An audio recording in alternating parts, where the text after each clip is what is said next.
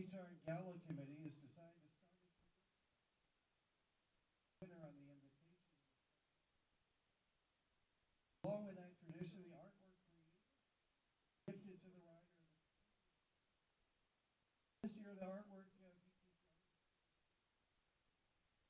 Nick Cannis,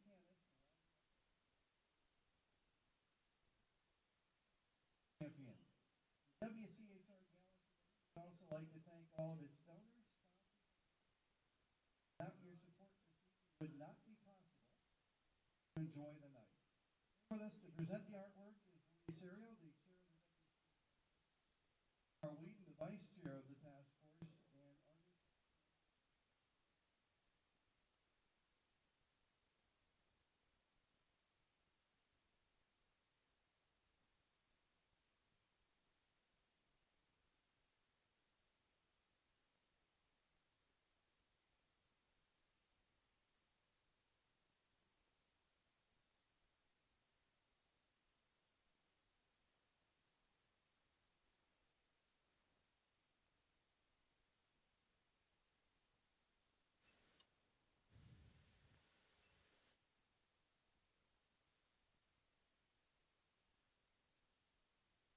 So I just pushed the one on the left and it went green, so you can hear me okay, right?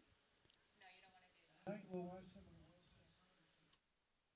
Every rider has an origin story. Horse, victory, riding. Tonight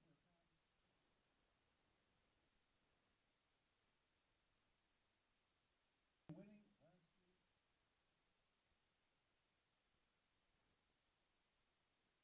Welcome to the Weth Origin Series.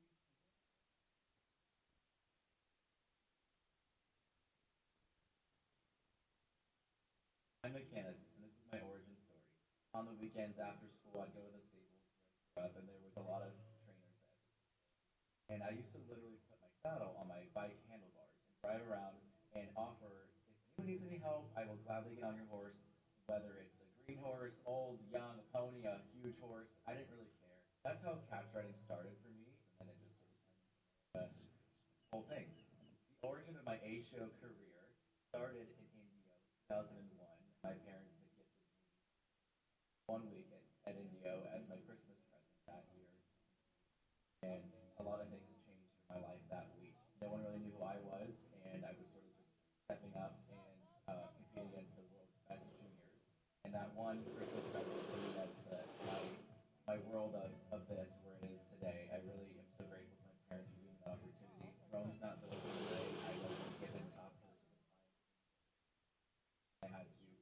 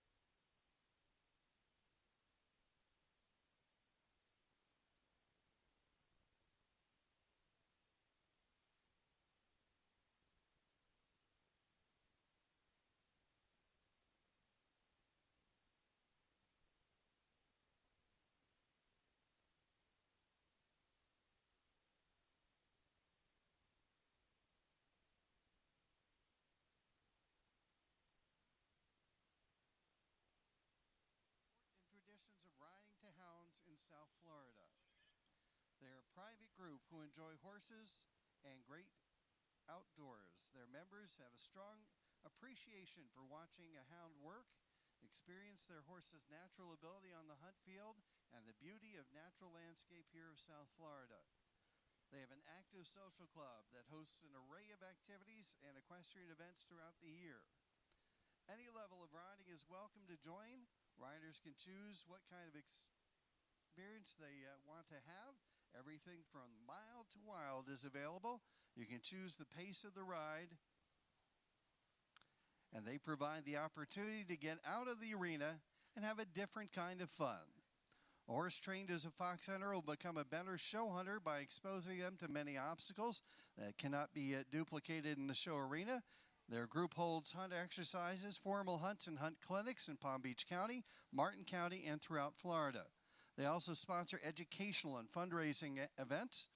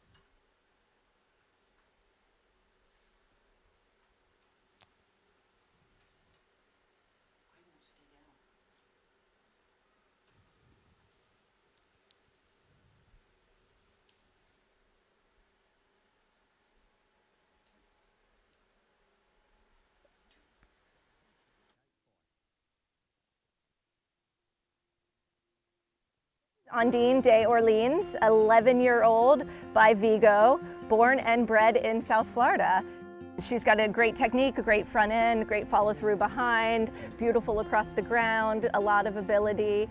She's actually by Vigo, who was the 2010 World Equestrian Games winner. So she's all the power and scope that you want for an international jumper, but she's slow and beautiful for a Type E hunter.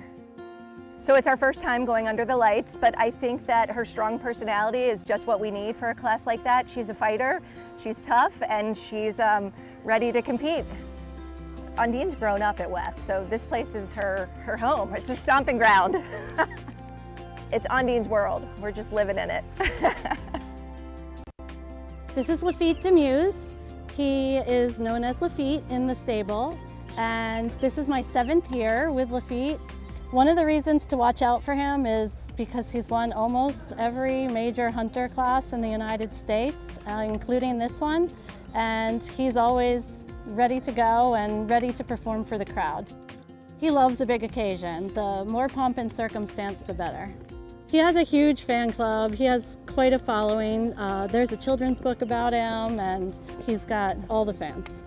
This is Babylon, and his stable name is Crumbles.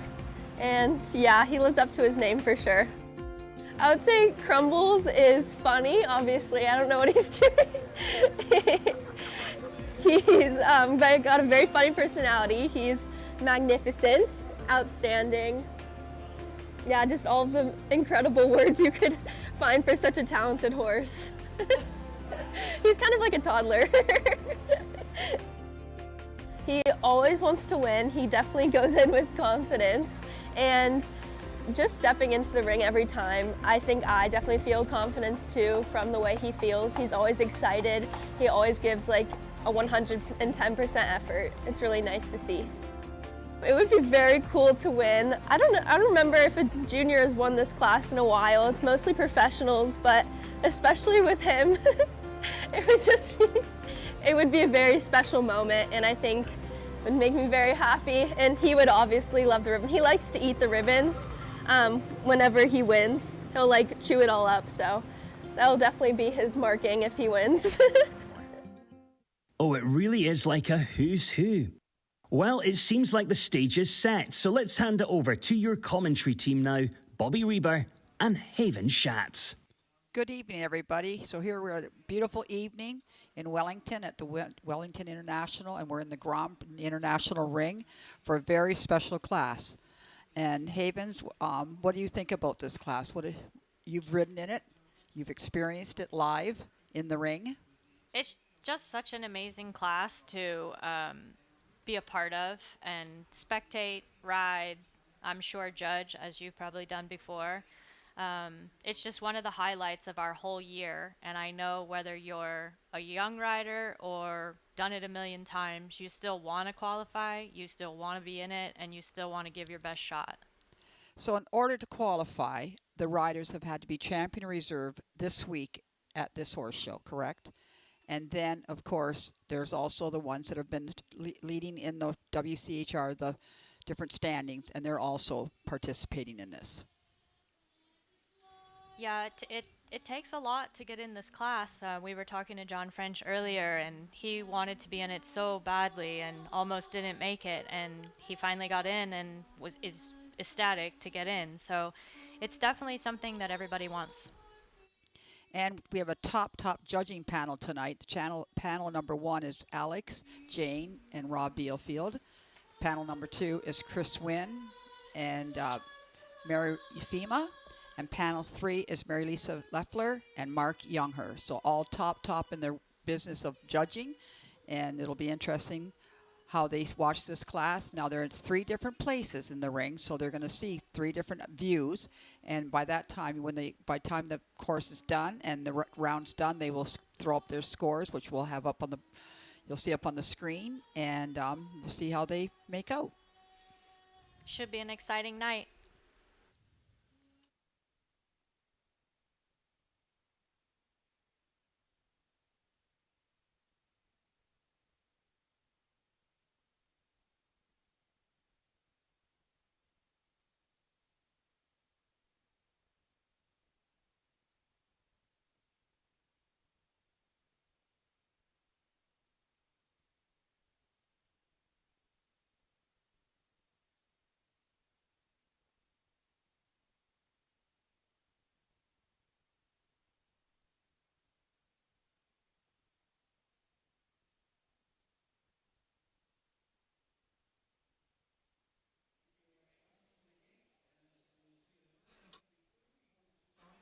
So any moment we're going to have the first coming up to the ring. They're just going to finish their schooling, get those last few jumps in, and they'll be heading up to the ring. And the first one we have on course is who, Havens? The first one is going to be Paisley Park, owned by Andesite Equestrian and junior rider Lily Sonnenborn. And he's going to be piloted by Jeffrey Hesslink. Should be a good one to get us started off. They know each other well and I think have been in these situations before. So Jeffrey is the rider, and we have Brendan Williams, who's the ground man, his trainer. The Paisley Park is a beautiful type. When we're looking for one, we talk the type that we want for a hunter. He's elegant. He's a beautiful mover. He's a light galloper. You'll see all that once he starts. And what the judges are looking for is a type that will gallop across the ground and jump this course evenly and in good form. And what do you know about this horse, Havens? What else do you know about him? I think this horse has done this class at least once before with Quincy Hayes from Canada. I think the horse came through Sorensen's stables to Darcy and Quincy, who brought him along. And Jeffrey maybe purchased him 3 years ago, maybe. This horse is just an amazing horse. He took a little minute to thaw out in these big-time situations, but I think he's probably in the prime of his career now. Jeffrey also has had big moments in Derby finals and all these hunter spectaculars under the lights. It's very successful. So already he's jumped the first fence in beautiful form. You can see the gallop that the judges are looking for. And this horse has been junior hunter champion with Lily.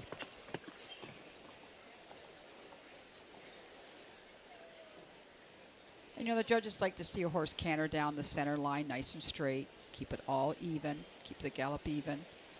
There are numbers.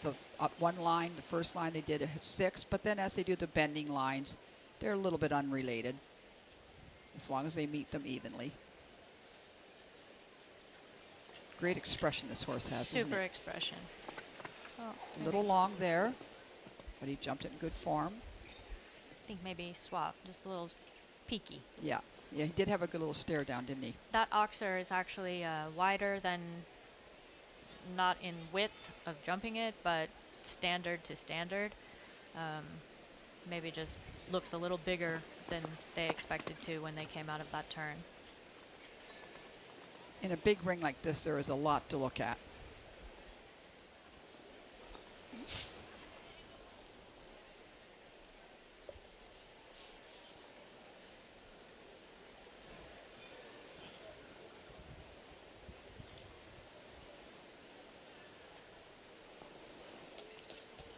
Now that to me looked a little awkward with that little bit of a dive to the left.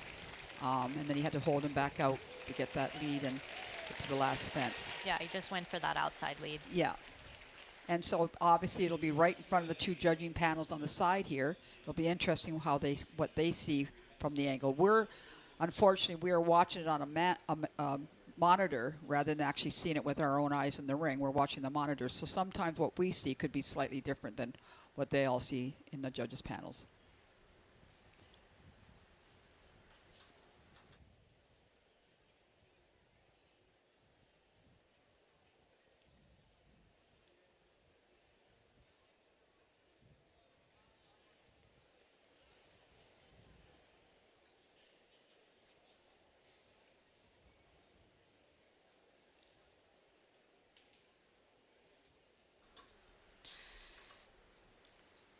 So we're just waiting for the scores to come in. So the scores in from our three panels for our first combination, Paisley Park and Jeffrey Hesslin.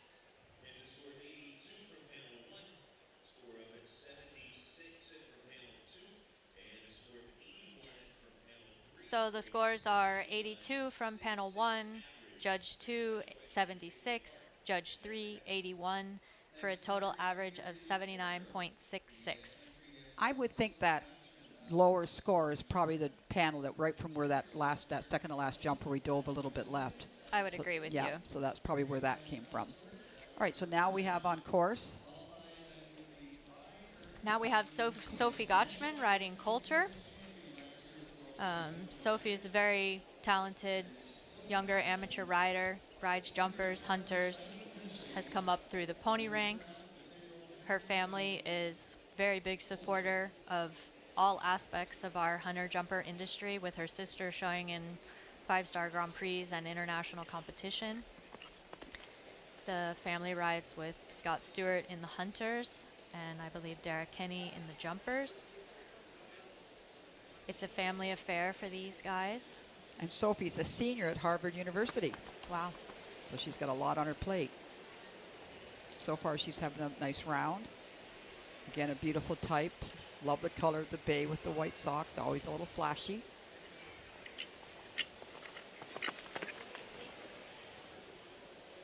And you can see how the jumps are very natural looking jumps. They're supposed to simulate the hunt field. That's a beautiful jump that she just jumped there. This horse was brought along by Amanda Steege and her amateur rider Margot Peroni through the first year. I think Scott maybe bought him when he was a first-year horse for Sophie. Sophie took a little break when she started at Harvard, which is understandable, and then she came back with quite a few really nice horses. It's nice to have her back.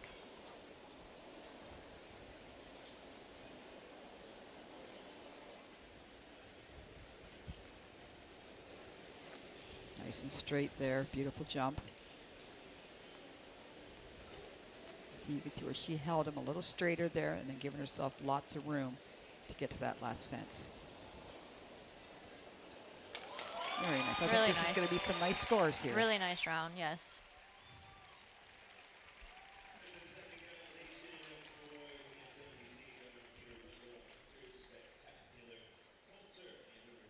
You can also see what a beautiful mover he is when he does that, trotting out of the ring. The judges like to see a nice mover. His technique over the jumps is so nicely done.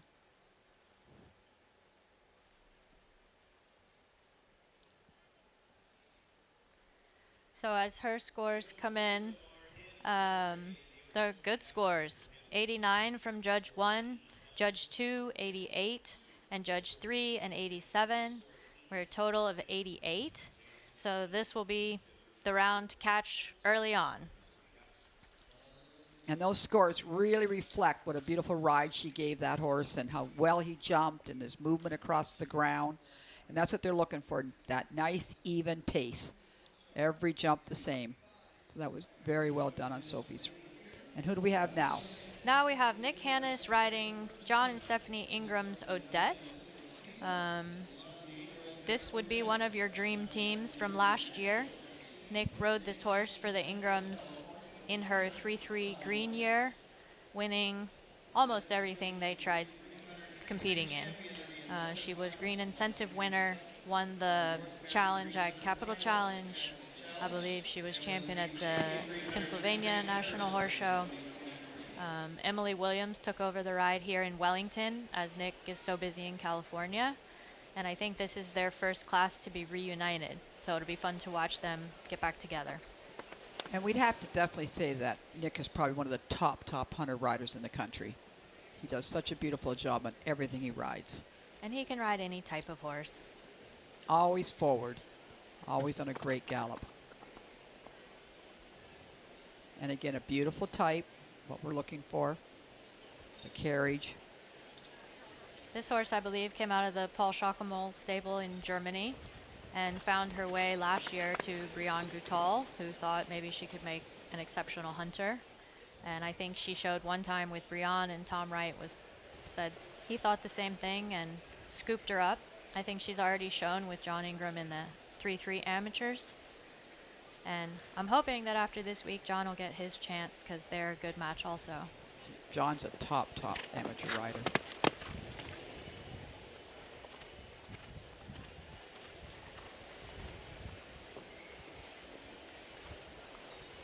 Another horse with a great expression.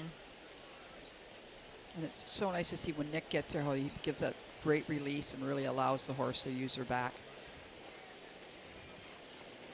Always jump in the center.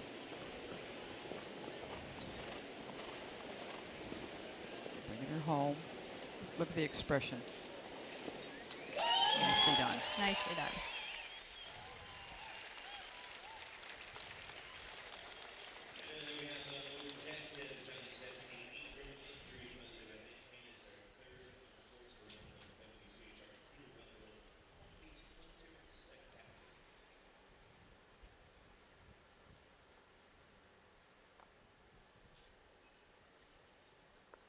You can really see here center, the release. He just keeps that gallop. So also good scores for Odette and Nick getting us started.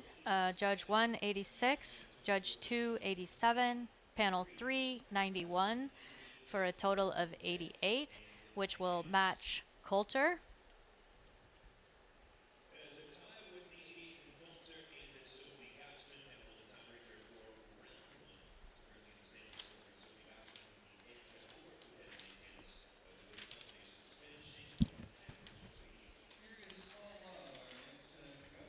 Our next one in the ring looks to be Jacob Pope riding Small Love. This is a horse owned by Liz Riley and shown mostly by her daughter Augusta Iwasaki. Jacob got a bye from class in Michigan last year, I believe, riding this horse to the reserve champion.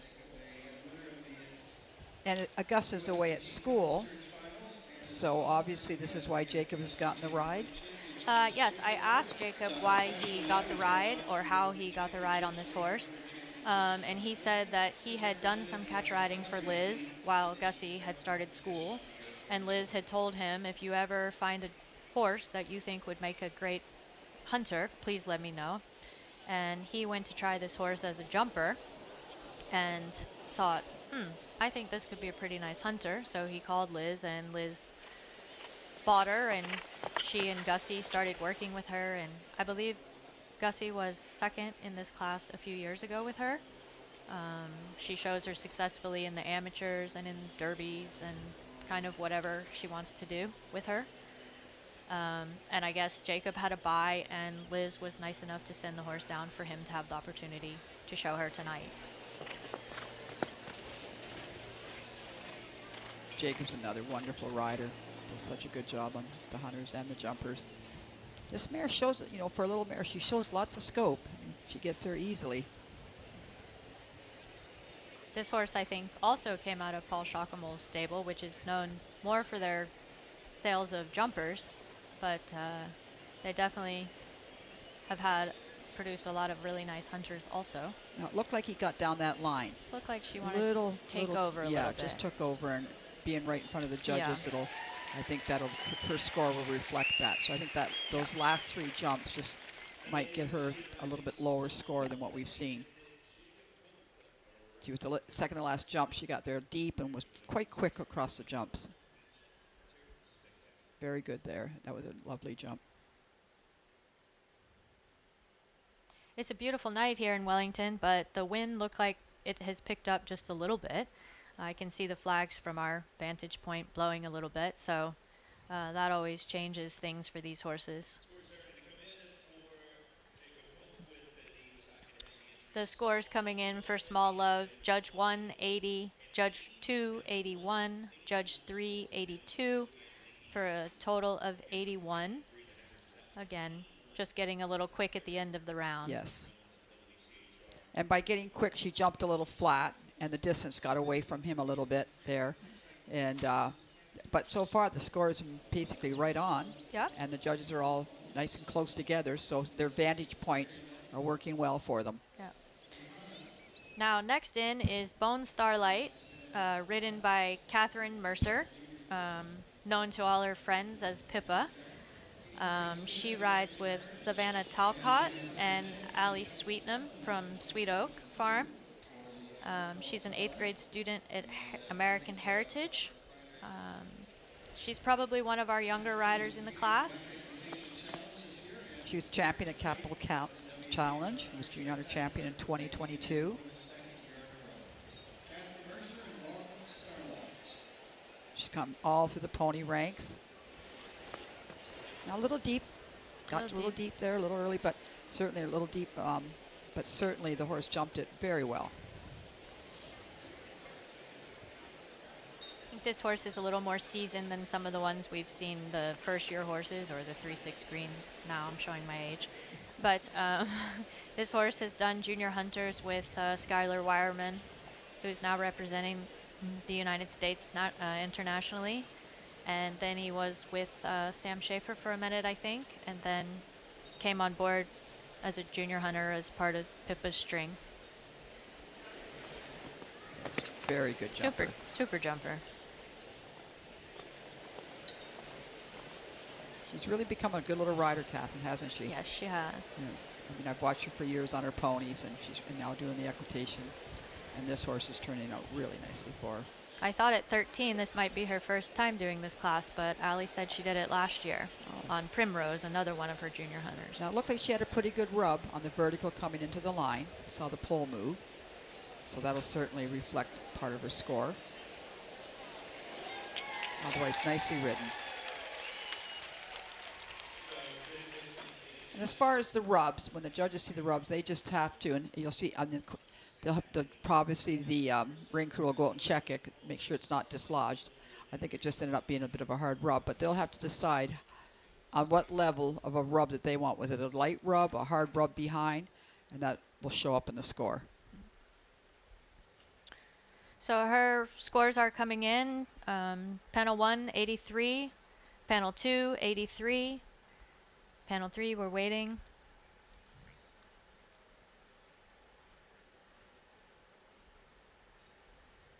I think she should be happy with that round.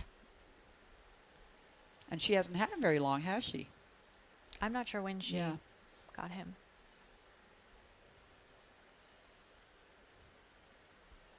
Just waiting for panel 3.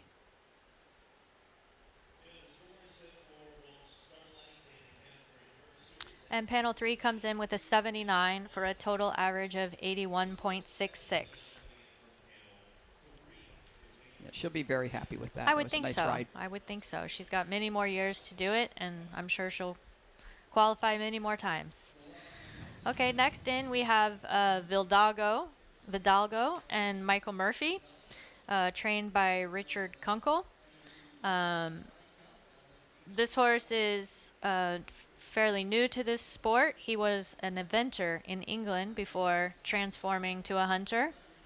Last summer, I think, is when they found him in Ocala with Jake Evans. Michael is really high on this horse, thinks it's one of the best hunters he's ever ridden. He's already doing junior hunter with his owner, Curry. It's a beautiful type. And Michael, I think, I'm a big fan of Michael's ride. He always does such a good job. And like you said, he's wild about this horse. And Richard Conkle has an excellent eye. Yes. To find a horse. He's always, and the turnout is beautiful.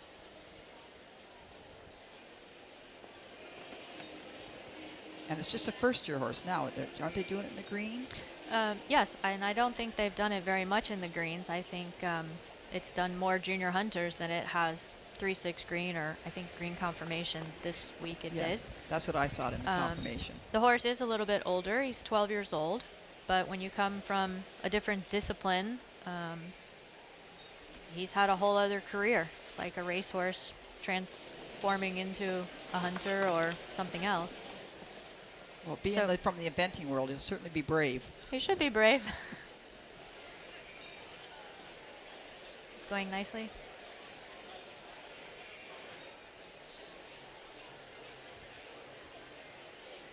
Michael's so smooth on him.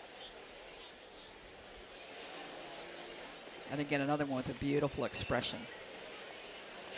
I think we're watching hunters tonight, but Michael and also Jacob Pope, even Nick also, they ride jumpers the same way they ride hunters. Just confident, smooth, beautiful.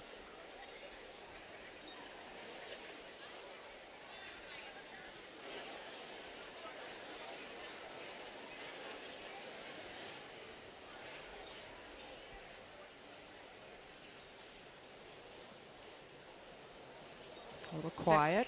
Very nice, though.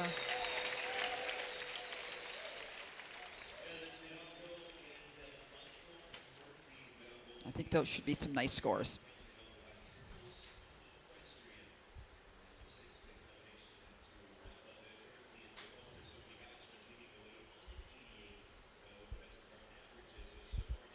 I love when a horse comes down a line right in the center line like that. Square with the front leg. He Didn't did see have that. a Yeah, hard hard rub rub there. behind. There we go. So again, Yeah. watching the Yeah. replay, we saw the hard rub Yeah. behind. I tend to be a little harder on the ones that rub Yeah. behind. So the scores are coming in. That'll be interesting to see because that was on the far side of the ring. Judge 1 with an 85.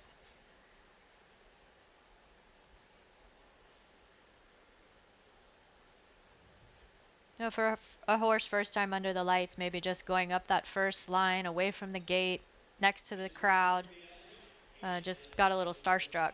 A lot to look at. Judge 2 with an 86 and Judge 3 with an 80, a total of 83.66, Very nice. which will put them into third place right now.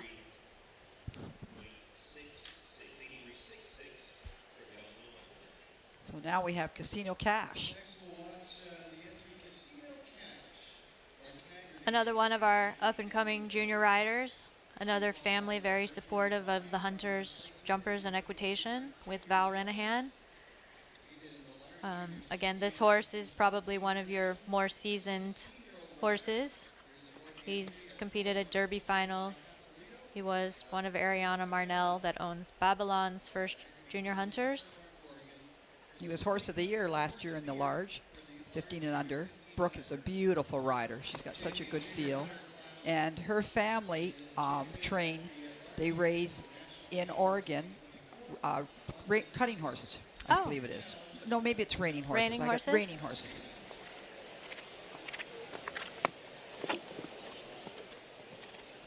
One of the two. But I've been to the ranch. It's a beautiful ranch. She's so smooth, Brooke, isn't she? She is very Such a smooth. smooth rider, such great feel. And still has another year of junior after this, I believe. And they ride, as you said, with Val Renahan, both her and her sister, and Val's done an amazing job with these girls. I mean, it's lovely when you can work with gifted riders like that, and Val's just put that extra polish. You know, he's a little bigger horse than what we've seen, a little heavier horse, but he goes so nice and light and jumps in such nice form. I really like his balance. Exactly, beautiful balance. And everything's even. Very nice. Yeah, Brooke's only 16, so in a couple of years. Another nice round. They're going to make these judges work. All these nice rounds.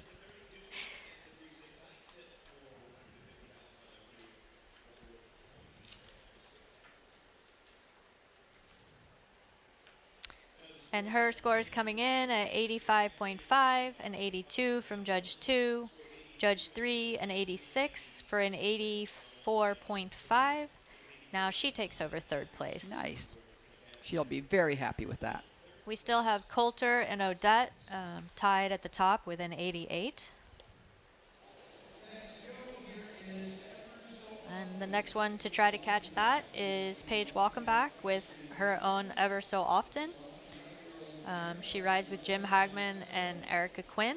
They're from California. I think this was one of Paige's first junior hunters, and she had great success with her. And then the horse had an injury and took a lot of time off, and they really took their time to bring her back and get her going. And I think Paige is just happy for every time she can show her. She looks great now. And I can see that she was the USEF Junior Equestrian of the Year last year. She was. She had a great year last year with Babylon and San Pedro, her equitation horses. And this horse is by Arco 3. So lots of very good bloodlines here. You can kind of see the Arco face. The face, yes.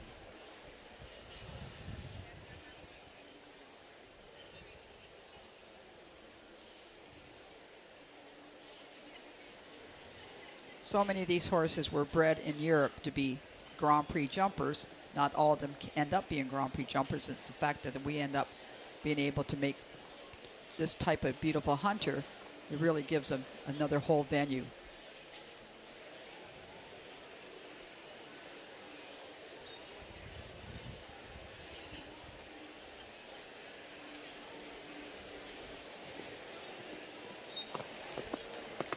Look at the knees, so square and great expression. A little late with that lead, so she'll have to. She wanted to get the lead, then she ended up taking her back to the outside. So actually, Paige handled that pretty well. She did. Sort of, the mare kind of anticipated the lead and changed, and Paige said no, stay on the outside lead. So, I mean, there'll obviously be a little deduction there, but Paige, I thought, handled it really well.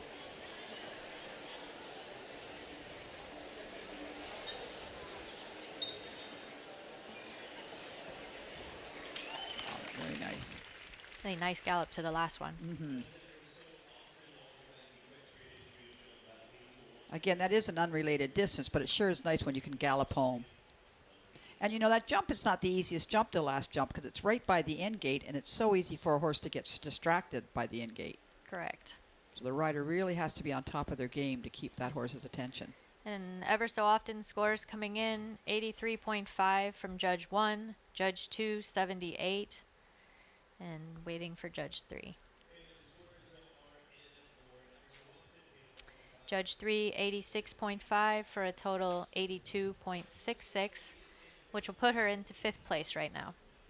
So they did, the panel number 2 definitely got her for that change, trying to get a lead change in that bending line. I think Judge 3 is on the side by the VIP tent, and I think that oxer is right where the horse kind of did a lead change in front but not behind, so they probably maybe could have missed that. It's definitely from your vantage point of what you see and what you don't see. Yeah, 3 different panels sitting in 3 different spots around the ring.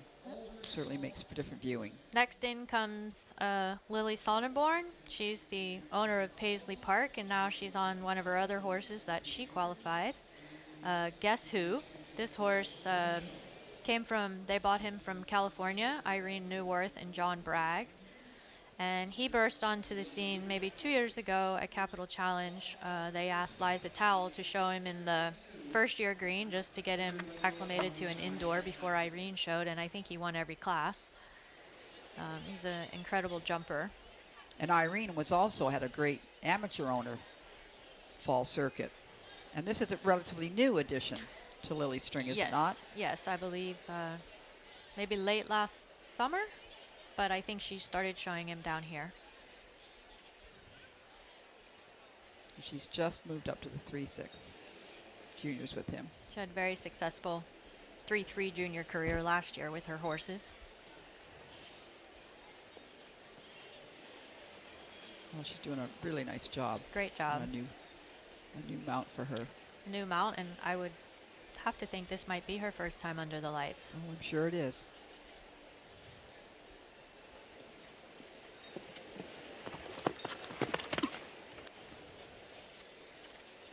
I don't know Lily well, but during Derby finals when we had that horrible rainstorm and windstorm when all the jumps fell down and we had to, she and I were stuck in the trailer bathroom together. And we were both like, are we going to make it out of here alive? It was a little scary. Oh, she's doing a wonderful job.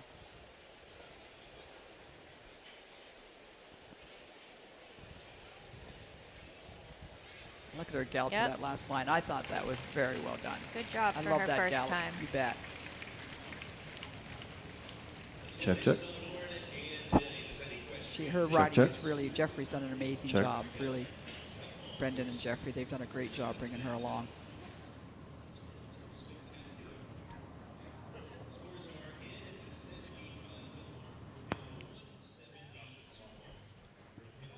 Check, check.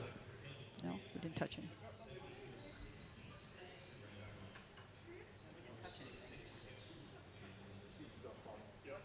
The scores coming in for Guess Who is Judge 1 75, Judge 2 72, Judge 3 77 for a 74.66. Next one in is JJ Toronto, riding a horse named Tiara. I think this is a fairly new mount for the JET show stable. I think they acquired this horse for an adult rider, Valerie Colleen, who rode with Jimmy as a junior years ago, took time off and decided to get back into it. So JJ is going to take her around the international ring at night for the first time. And this horse is by one of my favorite stallions, Toulon, Luke Tillerman stands the horse. He's a wonderful breeder in Europe. We just sold it too long. Did you? Great horse. Yeah. Super mind. I mean, they're top quality Grand Prix horses, and now they've got some hunters coming up in the scene. This horse was previously ridden by Richard McGrath out of Pennsylvania. Jimmy was telling me he rode her, and he said he had to have her. She's just so much fun to ride. And Good JJ, scope. a little bit long, they're a little flat, but JJ has really become a rider. I mean, he's young. How old is JJ? 14. 14, and he just won the big class up in Ocala, the big equitation class up there. He did which one of the medals that he won in the fall? Yeah, USCF medal. Yeah. He won a car last weekend. He couldn't even drive it home.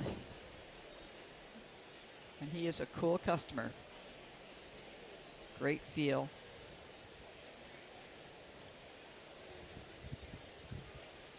I judged him on one of the ponies. It was his first championship that he ever won is when I judged him. Looked like she might have jumped out there a little awkward. A little quick, Yeah. looked like. There we go, back to form there. Doing a nice job. Pretty horse Yeah. cantering around. You're right, she looks like she'd be fun to ride. Her balance is so good.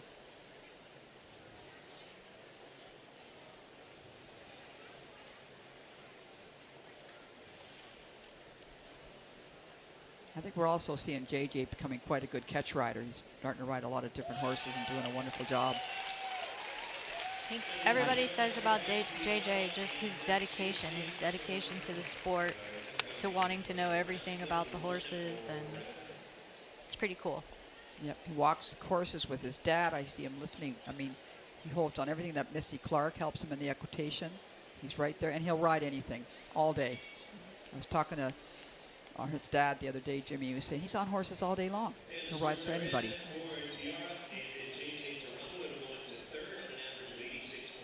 So the scores coming in: Judge 1, 84, Judge 2, 87.5, Judge 3, 88, for a total 86.5, moving them into third place. Oh, that's excellent. Well ridden. Not bad for a brand new horse.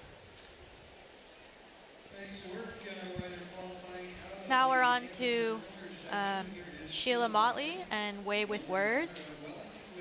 This is a fairly new horse for her, moving up to the 3-6. She had him last year a little bit, doing 3-3 and 3-3 green with Kelly Farmer. I think had good placings at Green Incentive.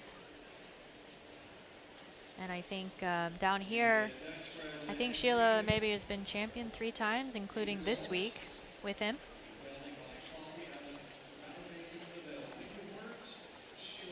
This will definitely be his first attempt under the lights. But Sheila, I mean, she's such a good rider. She's a very good amateur rider from the time she's been on ponies all the way through. And she's been with Kelly for a lot of years. A lot of years. And had many different types of horses. But this one has been really working well for her. And she's a good galloper. You always see Sheila out there galloping. She doesn't hold back. Want to push a little left there, keep him in the center. You can see right away she took him back to the center line. And some of these horses that haven't been here, like you said, Haven, it's the first time in that, they really have to kind of nurse them and really keep their confidence. Yeah. By giving them a good ride. There's a lot to look at, not just the jumps, but Yeah, all the lights and the flags and the people. So she's doing an excellent job getting this horse to keep his attention with her. You can see him just looking out of the ring a little bit, and yeah, just got a little green there and missed the She just couldn't get him to that jump, so she decided to make a circle. Yeah. And that score will reflect, and it'll probably be an automatic 40. Yeah. This ring at night, we show in it all week this week, and you can come in here and think your horses are all fine, but the atmosphere with the crowd, I mean, these hunters don't usually see this many people around. And even though everybody's quiet and very respectful, there's still noise around that makes them lose their focus sometimes. And even just seeing the big monitor at the end of the ring. Yeah. But Sheila's doing a nice job. She didn't get upset with him. She just told him, nope, we're going to go. We're going to try it again. Let's finish this, and we'll come back next year. And at the end, he'll be a better horse for it. You can see him really looking there. She really had to work that. She's probably glad the round's done.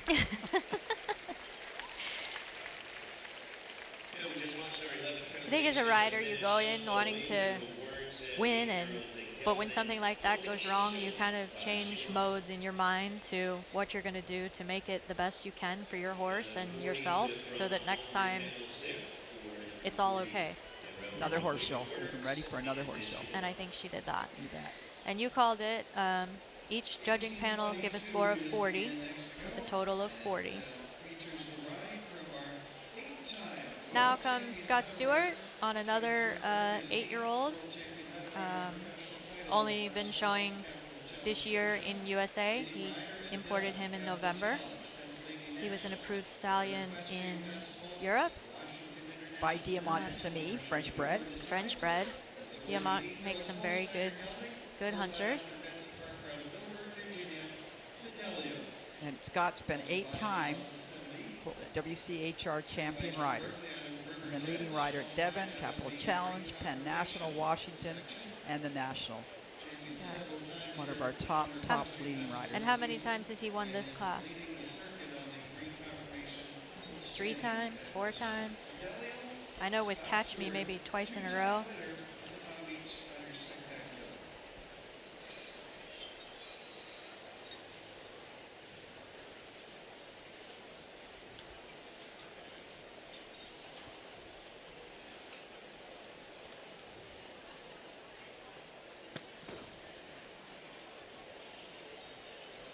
What a beautiful type, the coloring, bay with the white socks, so flashy. Definitely a Scott Stewart type. Yes.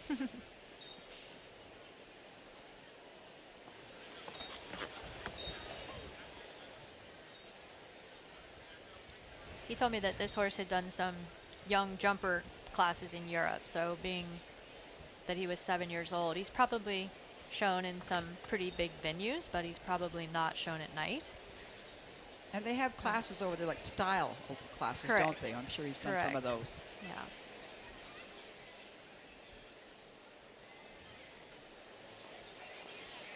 And he came out of he qualified in the green confirmation section this week. Right.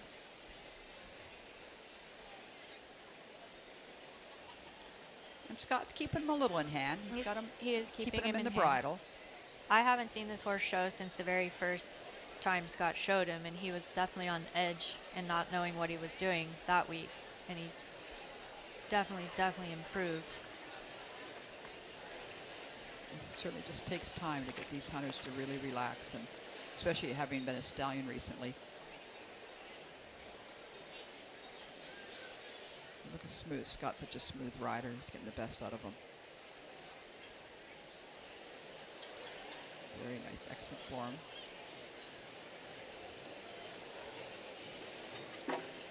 Oh. Sadly, a rail. Yeah, it looked like he just really wanted him to land left for the last jump, and being as green as he is, he didn't want him to have to do the lead change and still get his eye on the last jump. That's a shame. He was going really nice. And just taking him slightly left, like you said, he just dropped that toe. Yeah. So that'll be an automatic 45. Yeah. Probably from 3 panels. Let's have a watch it here in slow-mo. Bobby, you must judge, because you're right again. 45, all 3. Well, those are the easy ones. Beautiful technique here. Look at the expression. That's too bad. And that happens, unfortunately.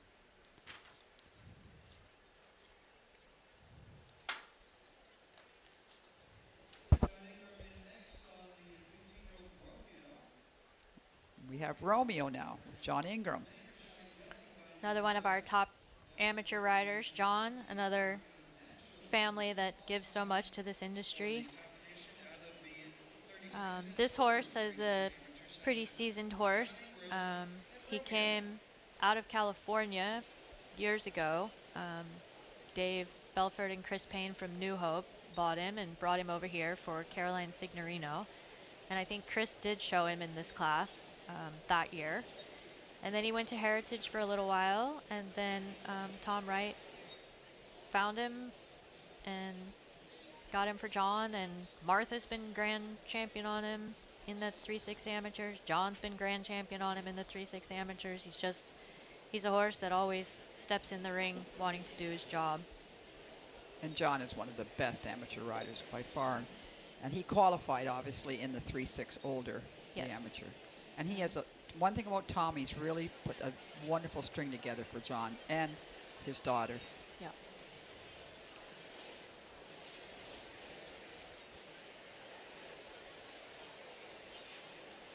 It's another just beautiful horse with a great balance.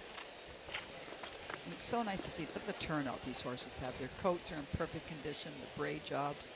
All of it is the whole look we want to see. Top show horses like what we're watching tonight.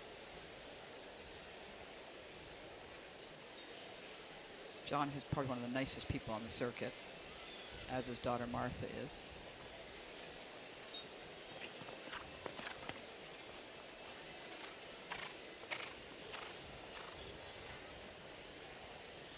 Beautiful ride there. Measured that perfectly, didn't he? Yes, he did.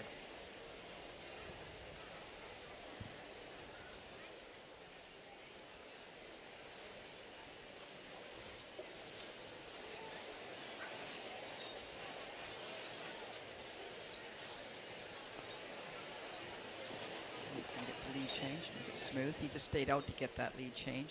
Made a little bit more of a dog's leg turn to the last fence. Nice. Very nice. Got him a little long to the last Little fence, long but to the the horse last jumped one. it beautifully. Yeah. And he's happy. Look at the big smile, as he should be. I think it's so fun for these riders to go out at night in the big ring and the big round.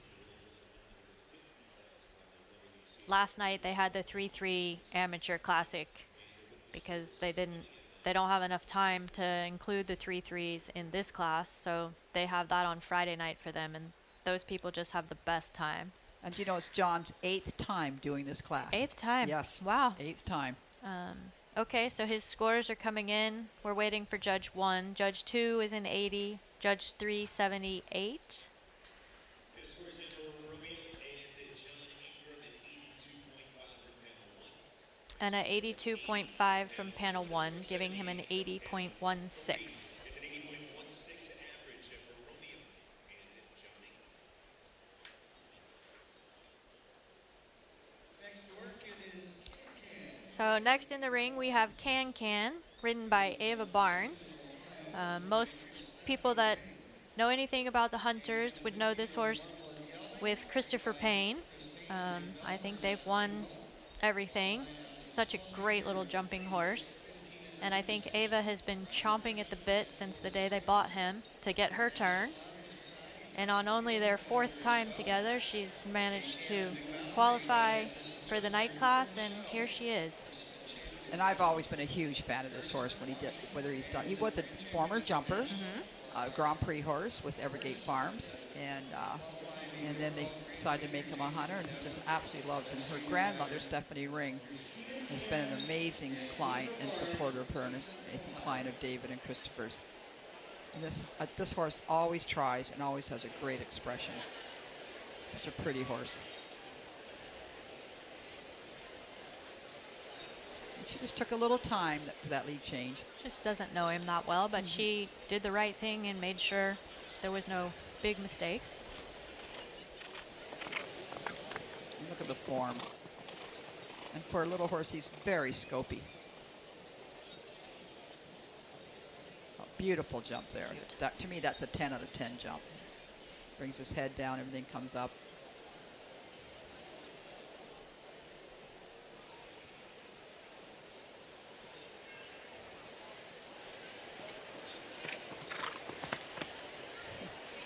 height that he gets there.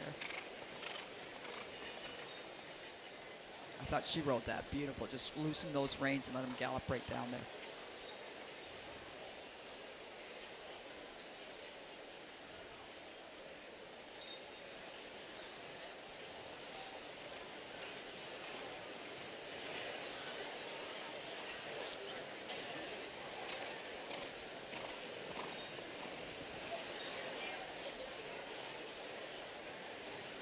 She'll be Great thrilled job. with that. Great job. Oh, Oh, no. There you a go. little late with Good. that lead. Great job. That'll be a fun pair to watch. That's the first time I've seen her show him. Yeah, because she hasn't had him been showing him long, has Yep, she? just this year. Chris told me it was her 4th show on him. Oh, that's fabulous. I thought she did a great job. Look at that when he comes out. Like I Of said, that I in know and out. I know she's been waiting a long time for that moment. That.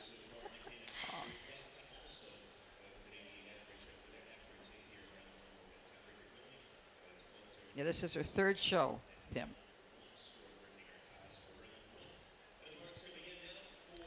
So her scores coming in: Judge 1 81, Judge 2 84, and Judge 3 85.5, giving her an 83.5, putting her in 6th place. I would think she'd be very happy with that. Absolutely.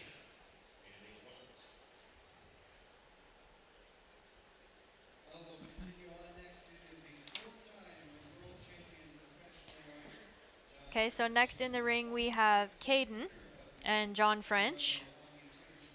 This is a stallion that John found in California last year. Was doing some jumpers out there. He's owned by Lauren Little and the Little Brook Farm.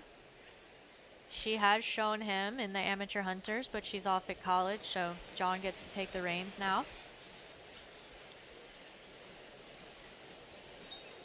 This horse also placing, I believe, in the top 10 last year in green incentive finals. And as you said earlier, John was really excited to be able to get into this class. He was. He didn't think he was going to be able to, and then somebody used a buy in a different division, and then he was able to get in. So I think he's a competitor. He really wanted it. And he won this class in 2023 with Malago.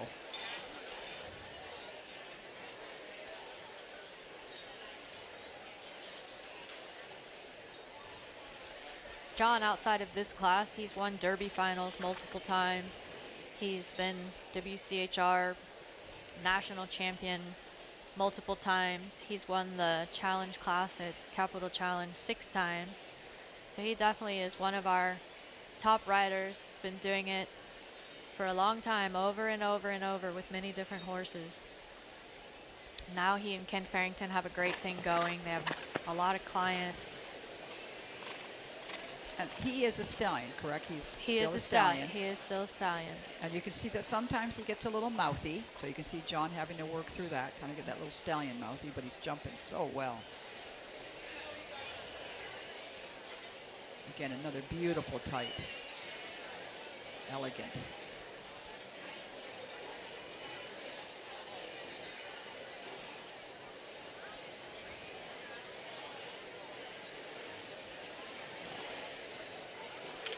That'll be some nice scores coming in.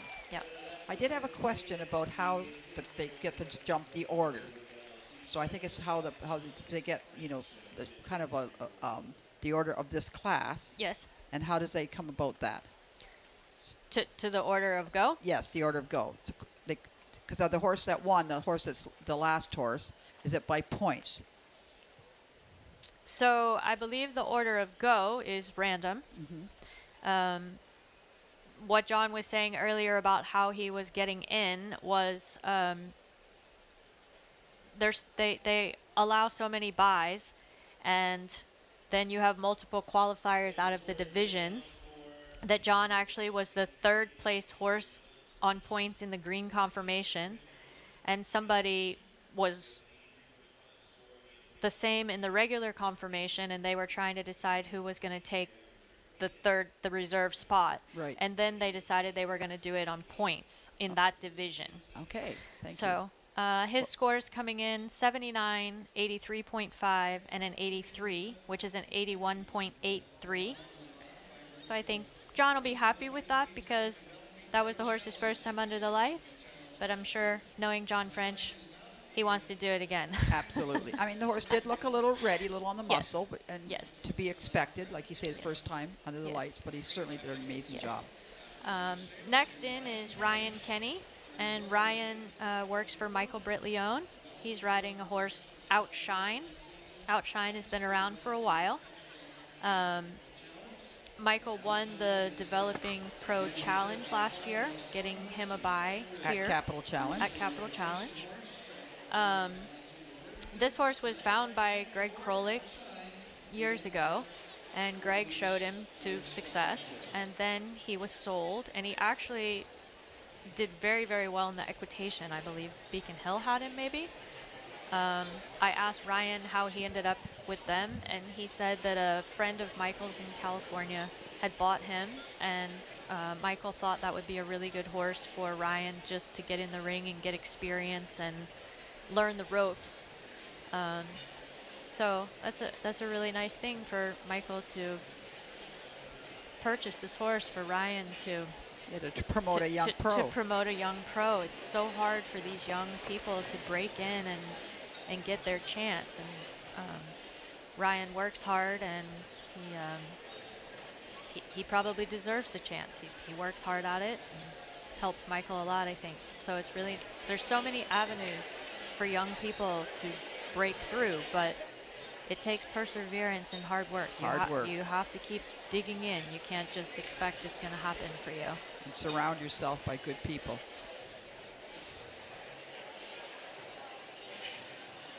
Nice round. You Nice should be ride. happy with that.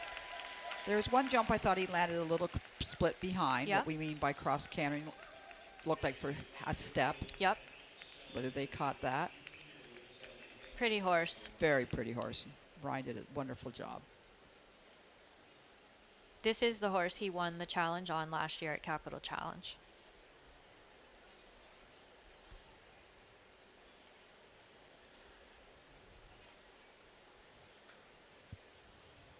You'll be happy.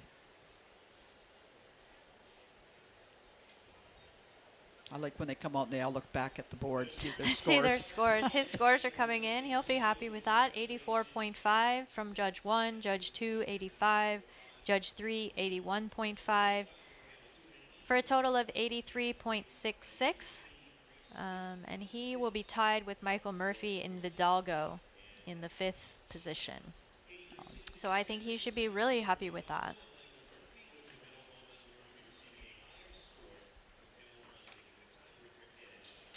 All right, next in is Tori Colvin, someone you can never count out in this class. This horse is very green. He has only shown 3 times, I think she told me. But Tori has won this class 3 times, 6 times. 6 times. Just double that. As a junior, as a professional, working for Tom Wright with Brad Wolf's amazing private practice.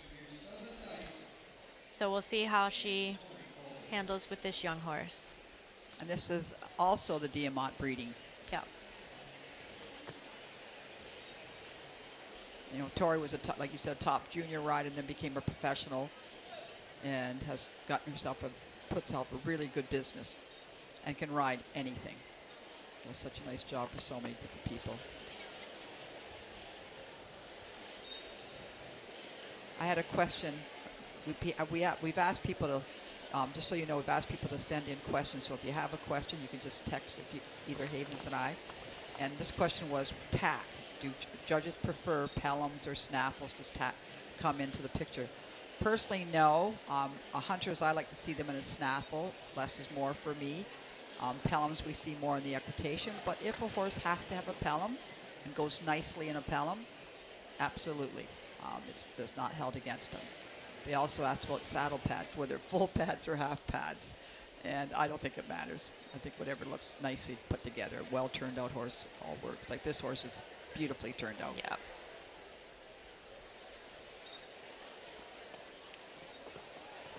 You can see the green as he gets a little lofty. What we mean, he jumps up in the air and could a little bit use his legs a little tighter. Very good there. Yep. But he's just not really over jumping, but just showing a little air time, which we don't mind as a young horse. Certainly brave, marching Yeah. right around there. Yeah, he's handling it very well for a young horse.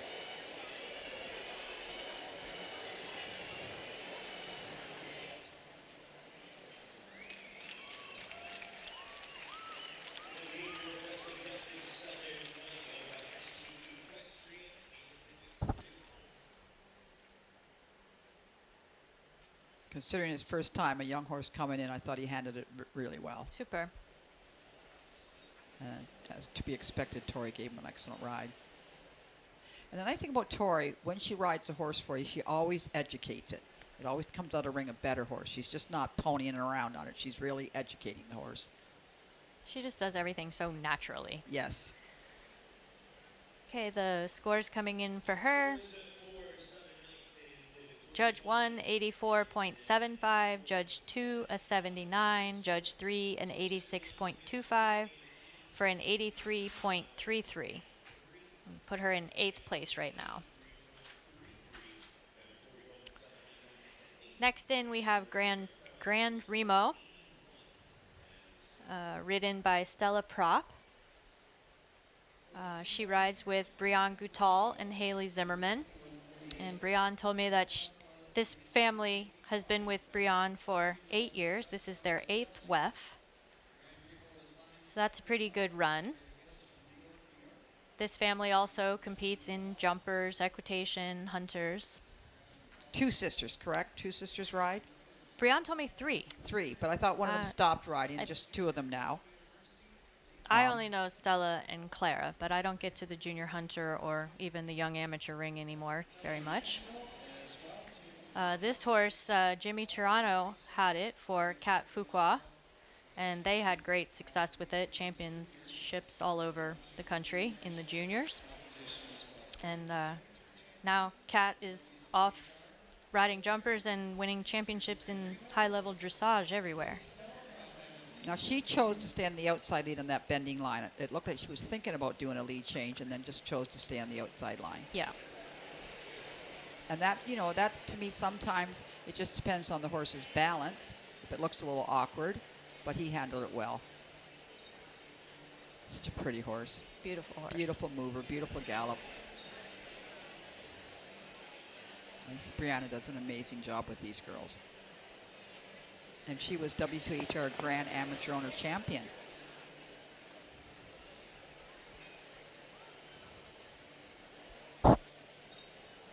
And Stella is a junior at Brown University. So these kids have a lot on their plates. A lot going Get on. School and riding.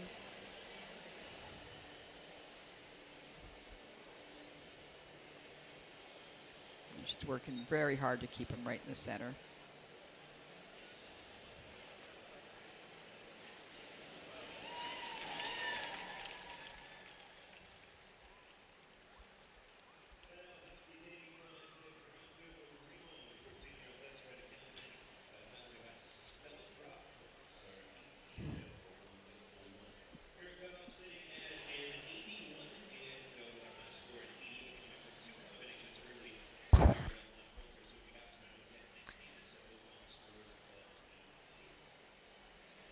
Now as we wait for her scores, I think we're about halfway through.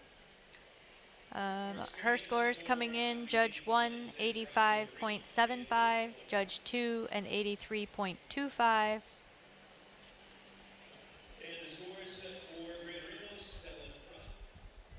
And Judge 3, an 85.75, giving her an 84.91, jumping her up to 4th place. We still have Coulter and Odette tied at the top with an 88, and Tiara and JJ Toronto with an 86.5 in 3rd place. Now we're back to Lily Sonnenborg with Spoken.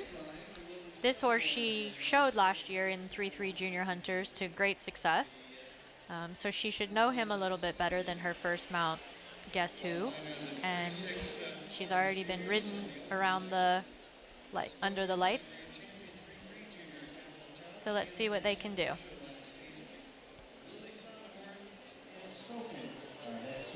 It's nice when they can come in and do a couple of rounds. Have a couple of horses in this class. Yeah. Now there was a rub. We could hear the rub there. Maybe another rub. It's hard, that jump with the brush coming up a little in front of the rail. Yeah. Sometimes it's hard for a horse to measure that.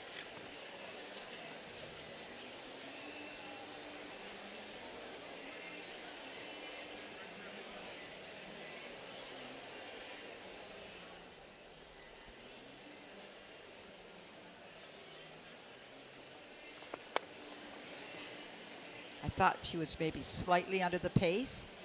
And as I was thinking that, I thought she might start to get along some of the jumps. And consequently, that's what happened. He jumped it well, but it was a little off the base. She's just a tiny bit slow. But he's got a nice big stride. He so does he's going have to a make nice up. There we go. It's hard to tell. He might have swapped in there. Shifted a little right. He did shift a little right. Yeah. Michael Britt-Leone had this horse as a young horse for his owner, Kelly Sims. And Jeffrey and Brendan bought it for one of their other clients. And then when they went off to college, they thought it would be a good match for Lily. And it's really shown her the ropes of junior hunters and moved her up to the 3-6 nicely. Yeah, he's taught her a lot. And the lady that owned this horse before, Kelly Sims, is a wonderful supporter of Michael. Oh, now, that'll be interesting to see if the judges saw that, 'cause it was right after the jump, and when she asked for the lead change, she actually kicked out.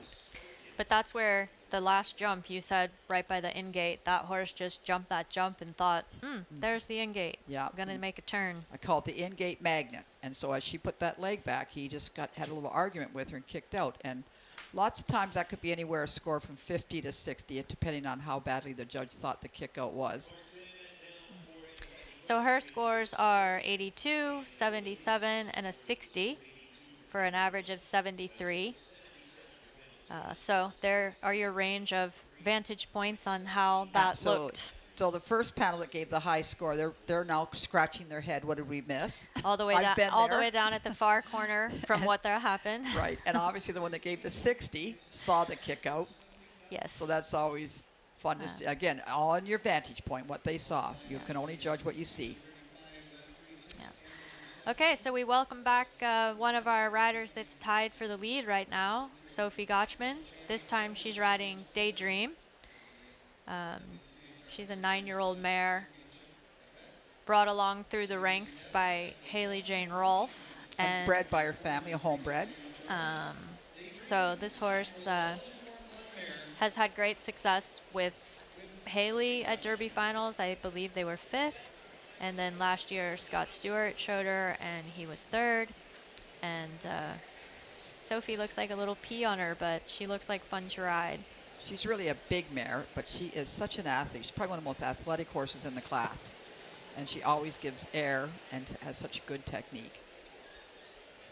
You're right, Sophie does look a little peanut on her.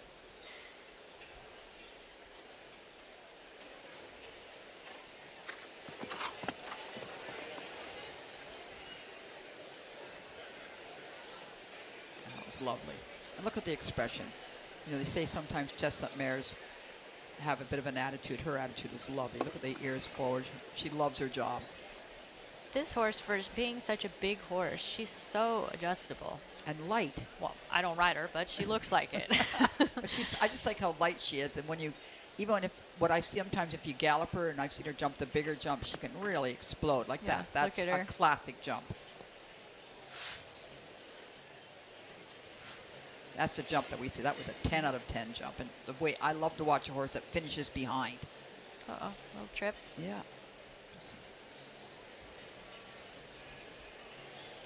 We've discussed tripping a lot in the judges' clinics, and just have to sometimes, whether the horse just takes a bad step and hits the sand, and just have to kind of take that in consideration. You don't really want to hit them hard for it. A little swap there. Well, she got a little behind the pace, and she's Yeah. now in a little trouble with her lead That change. You had the swap. And, you know, she's a big mare, so it's hard for Sophie to get her around her leg. So that'll, the score now will be a hard score for her. Not get that lead at all. And it started with the swap coming out of the line.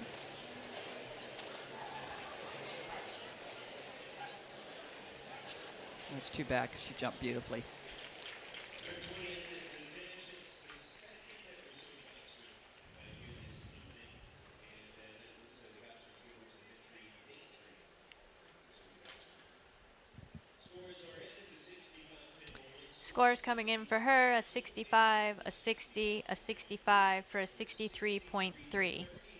So not her night tonight, but earlier in the week they scored a 94 together, so they'll be back many times. Oh, she's happy. She's patting her. And I had a question about in the bending lines, as we're watching these bending lines, often people ask you, is it better to stay on the outside lead or do a lead change? Now, how do you feel about that, Havens? I kind of take into consideration how much of a bending line it is.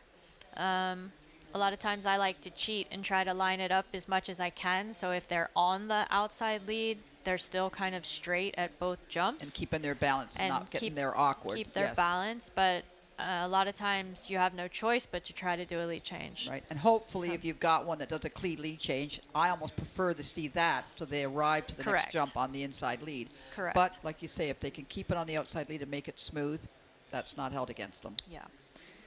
So next in, we have JJ Toronto back in. He's currently in the 3rd spot with position on the leaderboard with his newer mount. And here he comes with Lascano, who has been with JET show stables for quite a few years, done many things with JJ's father, Jimmy. JJ took over the ride last year. He's owned by Daryl Portella, and great owner, great lady. Her family has been in it since she was junior. Her sister was junior. Daryl doesn't ride anymore, but she's very happy to watch JJ and Jimmy show her horses for her. And got a lead problem there.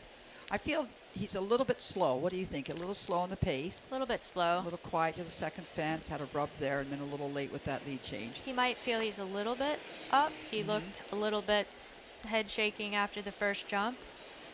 Where he did miss the change up there is a very, very difficult place. It's not really a corner. That's where we saw Can and Ava really take her time to make sure of that. Stayed way out, yes, yes. That's a place where you just really have to be mindful of what's going on.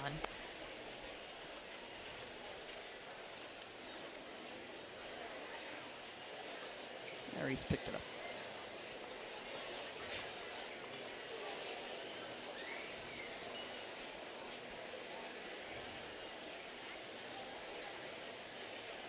I think Jimmy really enjoys watching JJ ride, probably more than riding himself. Probably. Another rub behind. Second to last fence. Oh, good gallop home. Wow, that's very nice.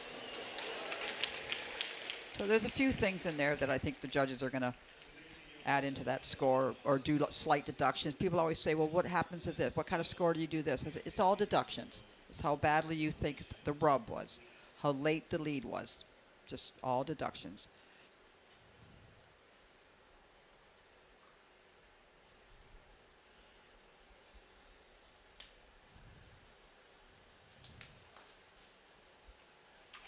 And the panels, once again, we have Chris Wynn and Mary Euphema, Alex Jane, and Rob Bealfield, and Mary Lisa Leffler, and Mark Youngher.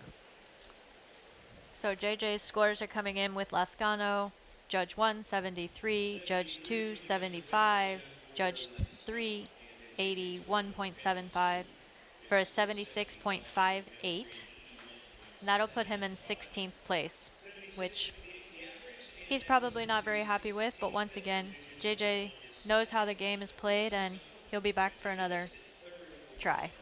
Here's Brooke back again. This is actually her equitation horse, one that she does so well in the medals, but because she had a bye from being, you know, the leading rider, junior rider last year, and then qualified her casino horse in the junior division. She gets to ride 2 in here. So she brought her equitation horse in, which will just be a fun class to have him gallop around. Yeah. Also a good opportunity to get him under the lights for the Ronnie Much at the end of. Absolutely. Very good point. You know, he's not your classic hunter in the way his movement. He moves a little high, but he's a very good jumper with it, and he has a wonderful expression. And of course, Brooke keeps it so nice and smooth. So Brooke is still sitting 5th with her first horse. And our cutoff now for the top 12 is Bone Starlight and Pippa Mercer with a 81.66.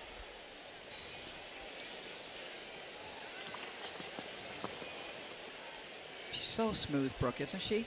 Just love to watch her ride. Her hands are so good. She always goes with the horse.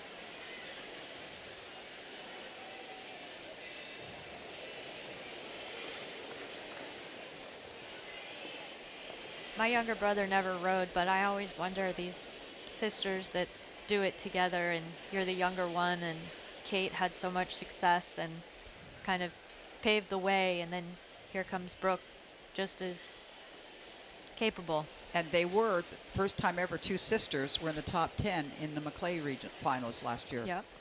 To have 2 sisters, and they're so supportive to each other. And look at that ride there. That was beautiful.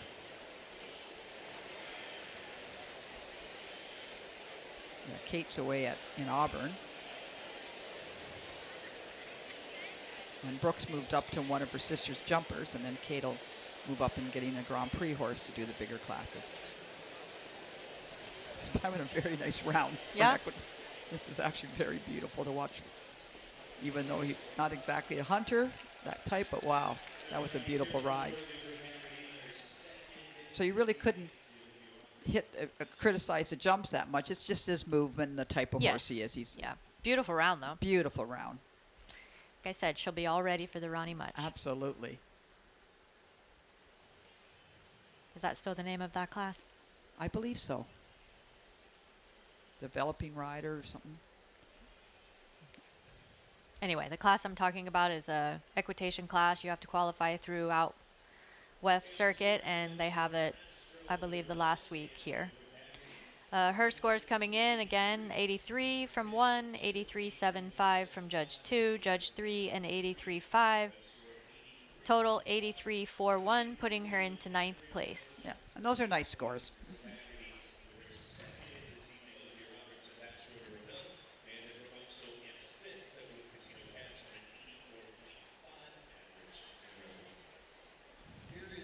With her going into 9th place, now the cutoff will be Caden and John French. Here comes another one to watch, Chris Payne. He had to give up his ride on Can to Ava, but looks like she still allowed him to ride Atlas. This horse they got last summer, I believe. Yeah, I saw it at the Spring Kentucky show. It was the first time I saw it when I judged it there. Maybe two years ago. Yes. Yeah. Fun horse to watch. And he qualified in the Performance Hunter 3-6 division. The first time I saw him jump in Kentucky, he was jumping so high over the jumps, and I was like, oh, this is a special one. I think in the 3-6 performance this week, this horse didn't score below 90. Is that right? Oh, no. We jinxed him. That is uncharacteristic for this horse, I'd say. Absolutely. But again, a little distraction, whether it's the lights or the signage, the atmosphere, because he's usually a foot over every jump. That first line is like right on the rail, and it's right by the VIP. And yep. And the judge's booth is right beside that jump. It's just so easy to, that line is hard. What a jumper, though. It's a beautiful jump, beautiful. The expression.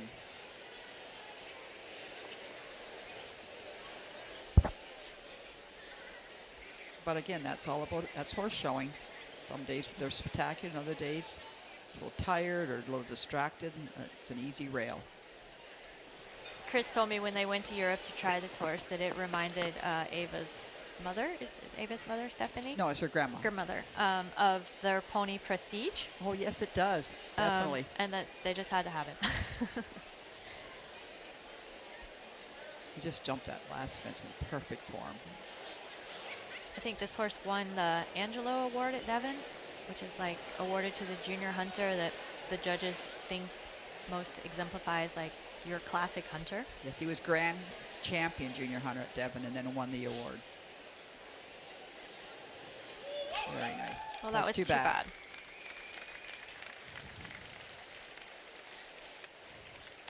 And the nice thing, look, I mean, you got to love these riders who are horse lovers.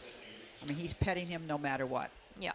And when you see the little ribbon on their coats, what does that say that they are? That means that they won their zone? No, that means that this week at this horse show, they've scored a 90 or above. Oh, okay. At some point.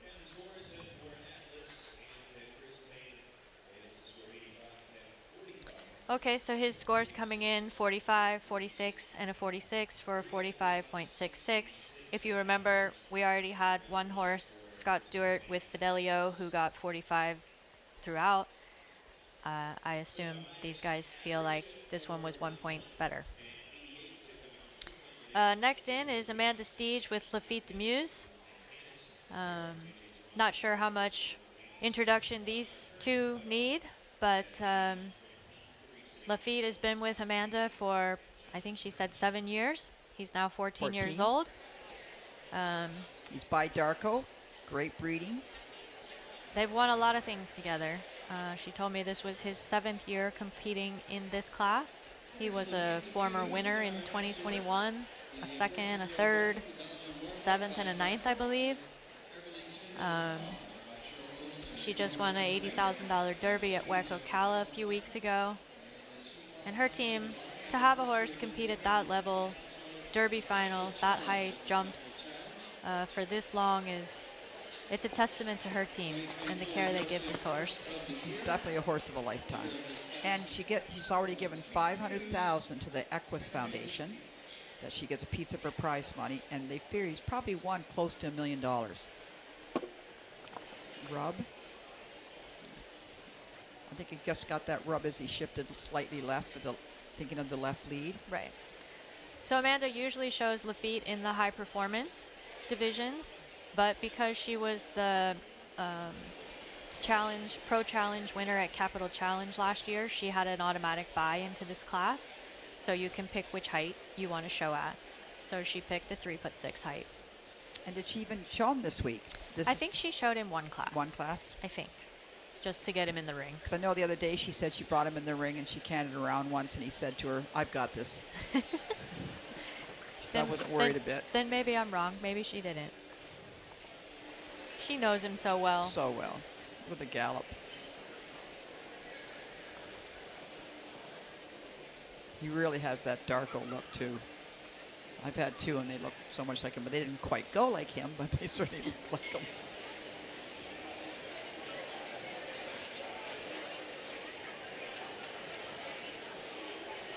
She got that lead. This is clean.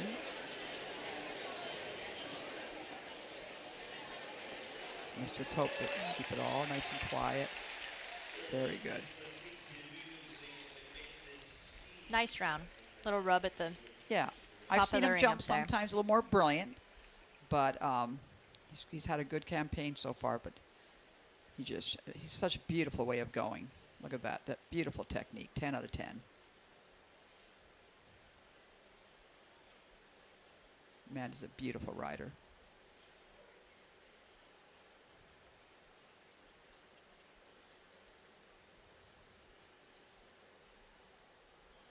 Okay, so her scores coming in, nice scores. 90 from Judge 1, Judge 3, an 87.5, and an 87.25 from Judge 2, going 88.25, and by a quarter of a point, she'll go into the lead.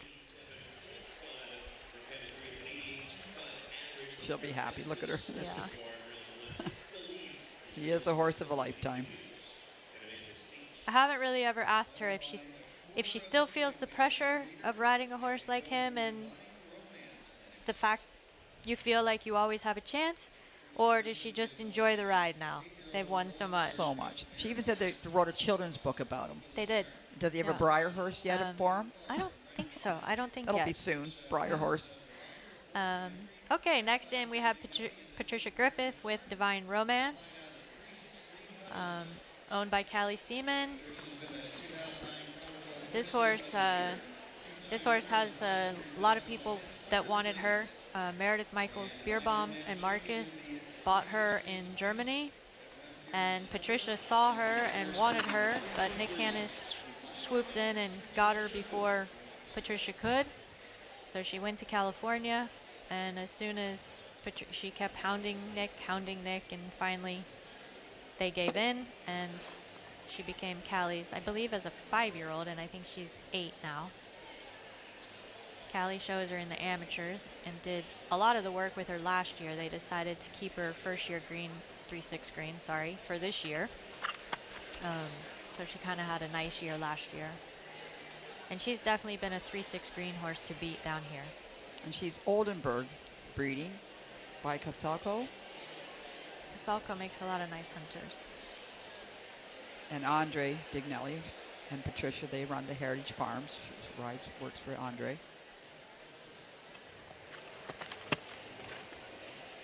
It's another big mare like Daydream, but they just have that expression like, let's do it.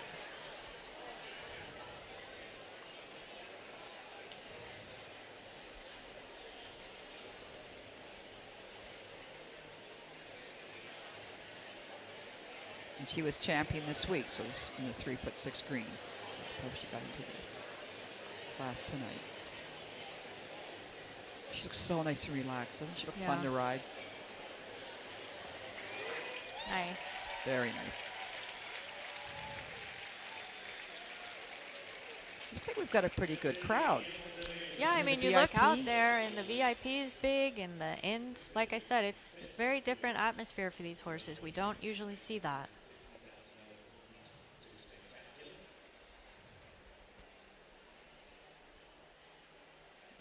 Beautiful jumper.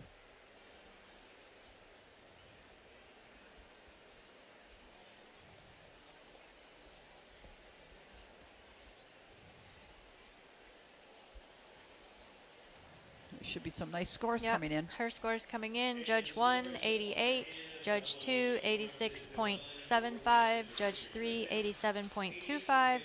The total is 87.33, putting her into 4th place.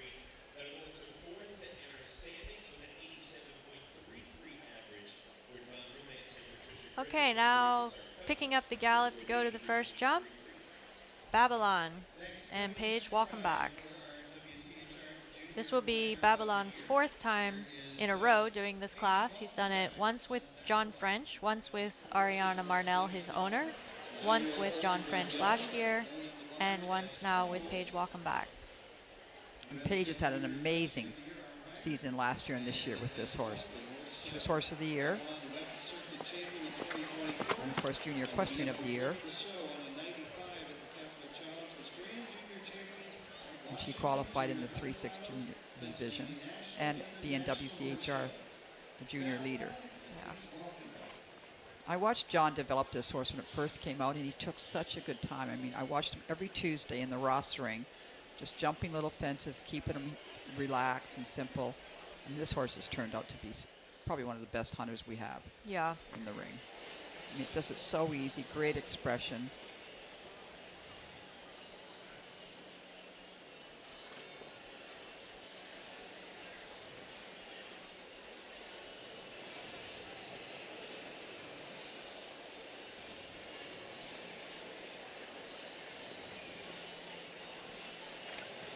Asked Paige what it was like to ride Babylon. She looked at me kind of startled for a minute. She just said, amazing. Oh, she lost her stirrup. I judged him in Capital Challenge not last year before, and when he won the big class, and he was absolutely rub-free, landed on every lead, dead center, and... Look at her counting. Yeah, I can see her counting. And I think Tammy and I gave her a 98 or a 99. It was just so fun to watch her go. I would have gone Nice. 100. Super. That's beautiful. He is the horse of a lifetime for this child. Look at the smile. That says it all, He's a doesn't horse it? of a lifetime for Ariana also. Ariana as well. And maybe even John. Everybody. John, yes. Yeah, John, I mean, I have such respect on how John brought this horse along. That was tough also because that was during COVID. So he started here and then COVID. And so he really didn't show as a pre-green horse. And then they brought him out his first year. So her scores coming in 87, 85.5, and an 89 for an 87.16. That will put her into 5th. So we still have Lafitte Demuse winning, Coulter 2nd, Odette and Nick Hannes 3rd, Divine Romance, Patricia Griffith 4th, and Babylon moving into 5th. Well, we met this horse earlier this evening. Concerto won the Peter Wetherill Cup as the WCHR. Now coming in, we have a horse that came from California to compete with us tonight, Concerto with Caroline Ingalls. She rides with Hap Hansen in California. It's kind of a cool story. She's had this horse since he was 4 years old and bought him from Gavin Moylan Stables. Correct. Yes, here in Wellington. She told me tonight she didn't expect she was buying a hunter. She thought she was buying an equitation horse, and then they started showing him in the hunters as a young horse just to get some experience, and all he did was win. So she decided, well, I guess I have a good hunter, so we'll show hunters. And she's been grand champion at Devon, Capital Challenge, Pennsylvania National, goes on and on. And she actually retired the younger 3/6 amateur owner trophy at the National Horse Show. That's pretty amazing. This horse also just looks so adjustable. She just picks up that gallop and goes, and when she wants to slow down, it's like nothing changes. He just is like an accordion.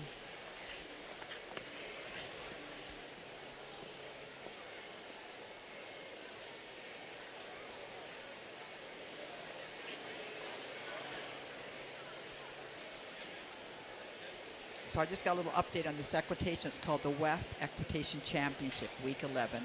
And the Ronnie Much Championship is now held at the Desert International. Okay. In the horse park at Week 9 in the desert in Thermal, California.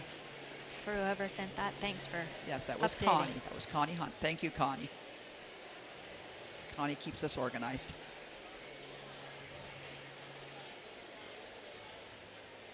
And she said the highlight of her current year was being the winner of the 2025 Peter Wetherill Cup. That's really nice. That was a great award.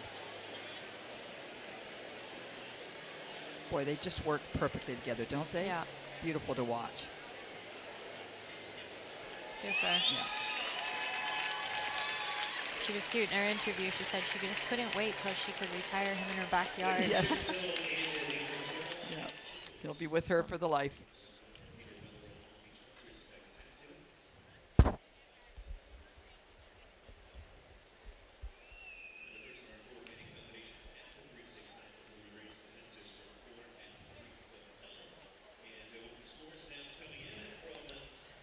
Okay, her scores are coming in.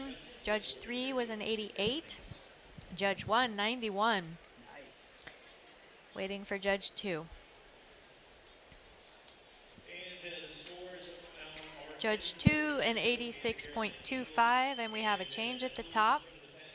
That will be an 88.41, just edging out Lafitte Demuse with an 88.25.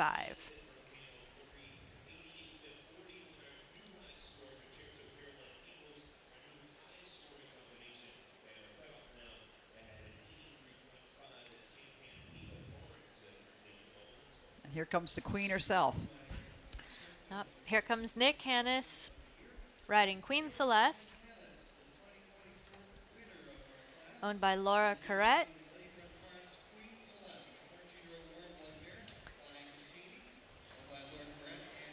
This horse is a veteran at this class. Been ridden by Nick, by Kate Conover. She knows her job well. She thrives in this kind of atmosphere. And she has a team of trainers, Tom Wright, Mitchell, David. And she's won so many. I mean, 2024 National Equestrian of the Year with the Emerson Burr Trophy recipient. 3 times winner of the WCHR Spectacular in 2024. That was Nick's. And then this mare was reserve champion last year in the $100,000 spectacular in Wellington with Kate Conover.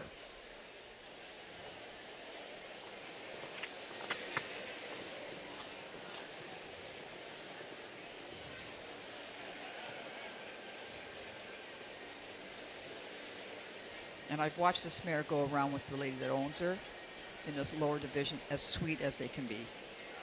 This horse was also developed by Haley Jane Rolfe, same as Daydream. They brought him along as young horses. It's nice to see so many mares. There are a lot of mares in A lot of this mares class tonight.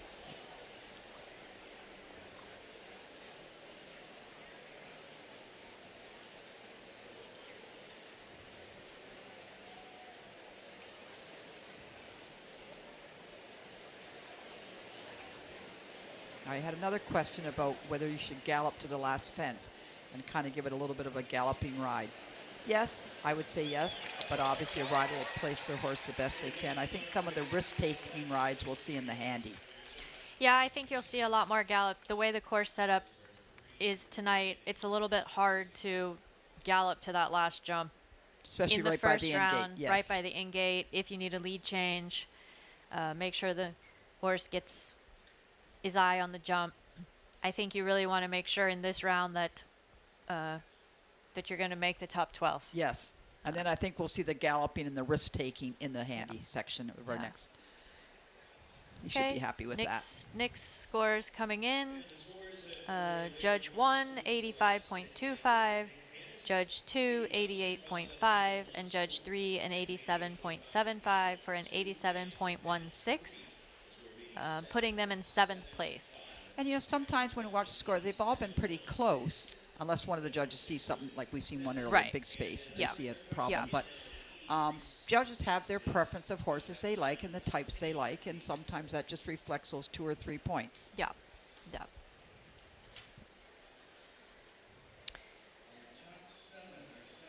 Now we welcome Jeffrey Hessling back in the ring, this time riding Sandori, who qualified out of the 3-6 green division here. It's, by the famous sire Sandro Boy.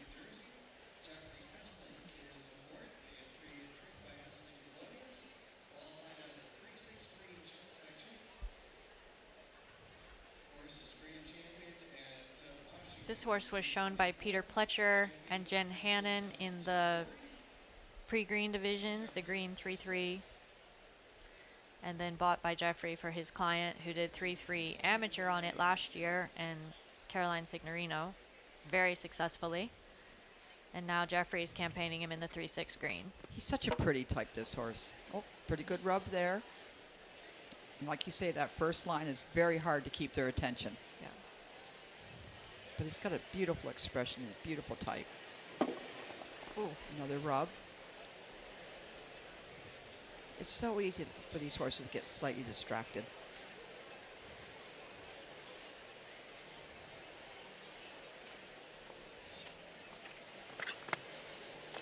So in the top 12 at the moment, 6 of our 12 are junior or amateur riders. So the young guns are bringing it. That's fabulous. Our cutoff now is Ryan Kenny with Outshine with an 83.66. Just shows the quality of horses and the quality of rounds that we're having. That looked a little rough. And they're starting to and the atmosphere is starting to get him a little Just getting up, a little sassy. a little bit sassy, yeah. Uh-oh. And I think Jeffrey's decided that it's maybe not going to be worth it.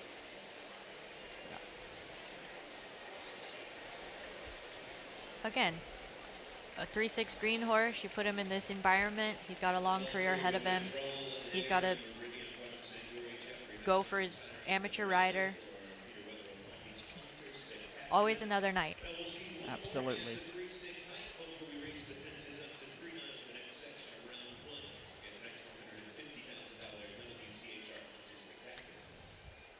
Okay, so now coming in, we have California Love with Scott Stewart. I believe this will be our last one at 3-6, and then we'll put the jumps to 3-9. This horse was champion in the regular conformation, or again, I'm showing my age, the high performance conformation at 3'9". But again, Scott had a bye, so he decided to use this horse and jump 3'6". But this horse was grand champion last year at the National Horse Show. Uh-oh. Something spooked him. People coming down the stairs or something. Again, the atmosphere of this place is a little bit electric. The jumpers, they have to deal with it every Saturday night, but these hunters, we don't get any practice. But Scott handled it perfectly. Yep. He just walked him for a few moments and just let him settle. And again, how the judges, how hard they want to be at that. I mean, they do judge the minute they step in the ring. But again, if they see that it's something, they might just be a little lenient on him. So we'll have to wait and see.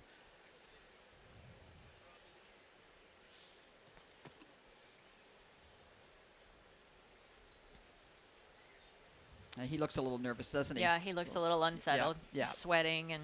Yeah, playing with his mouth.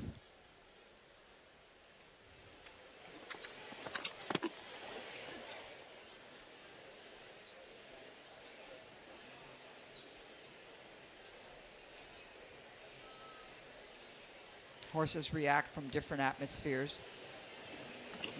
There's a lot going on out here.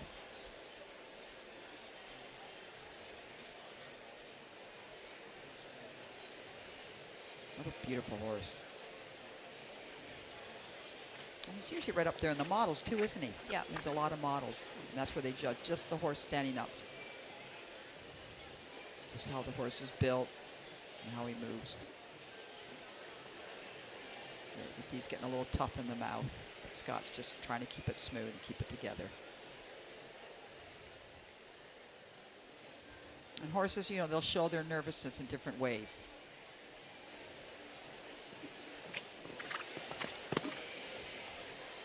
That one good. He's giving lots of jump. Lots of good air time. Beautiful technique.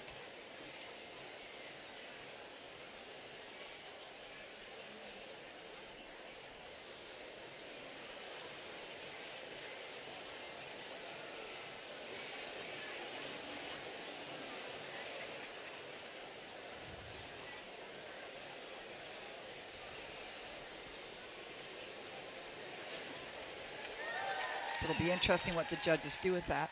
You know, majority of the judges have all been in the same situation of, you know, being riders and trainers and had horses get a little bit nervous. And it's interesting to see how lenient they will be on them. We've all been there where the horse has been a little naughty, whether we were riding it or training it. But Scott did an amazing job. Yeah. He finished up on a good note. Yeah. Jumped that beautiful through the in and out. That in and out was nice, yeah.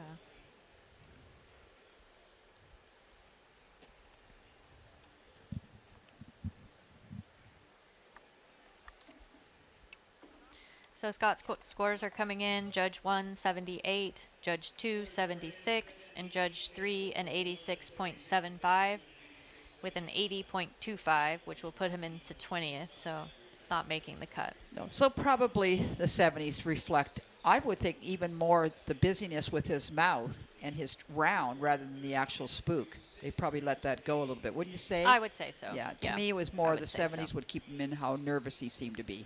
Yeah, I would agree And with that. again, he'll just be, Scott will get that sorted out, and he's probably learned so much just by being able to come and jump around this kind of a ring with all this atmosphere. Yeah.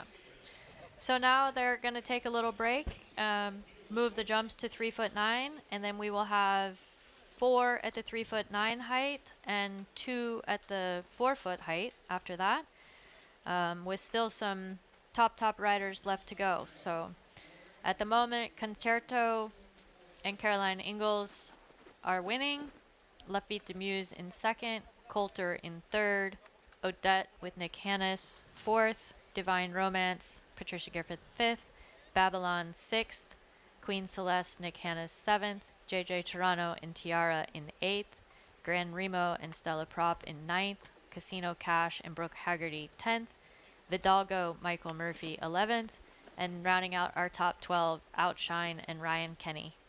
Well, with that's 6 quite left. something to have that many, juniors and amateurs in there. quality of Yes. riding, quality of horses. It's just spectacular here. It's probably the best in the world with some of the riding in the Calibro Hunters here. Best in the country for sure.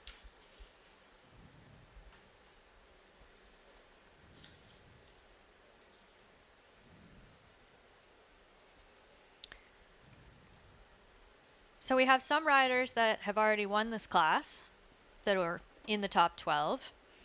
And as you go down the list of history of the riders, the owners, the winners, we have a trainer in the class tonight, Tom Wright. He's won this class an astounding 7 times with multiple riders, multiple horses. I won it with Tom one year with Clara Lindner. She was 12 years old and on High Hearts back in 1999. And that was one of the most fun nights I've ever had. That little girl just went out there, dropped the reins on that thoroughbred mare, and galloped around. Then Tom trained the famous strapless with Clara again as an amateur or a junior maybe still. Won it 4 years in a row That mare won it 4 years in a row. with Emily Williams. Yes, which we'll see Emily Williams coming up. She has 2 of the last 6 horses to show. And she had won this class 3 times in a row with strapless. And her last win was in 2003. And she's been away from the sport for a little bit. But we're so happy to have her back and competing in this class because for a while she owned this class. We'll also see Tori Colvin coming back on a former International Derby Finals winner in Paradigm. Tori has also won this class 6 times, some on Tom's horse Private Practice, owned by Brad Wolf, now owned by Martha Lindner. And she also rode Ovation to win 3 times for owner Dr. Betsy Parker. Way cool as well. So we still have some good riders left coming up. Also, Liza Boyd, a 3-time winner. First time she won it, she won the inaugural class as a junior. And then she's won it 2 other times, And once on her famous Brunello. And her junior hunter the first time on Monday morning. Yeah. Remember that one? Yeah. So we still have great riders to come, and as we speak, here comes Maria Rasmussen into the ring on Svia changeup.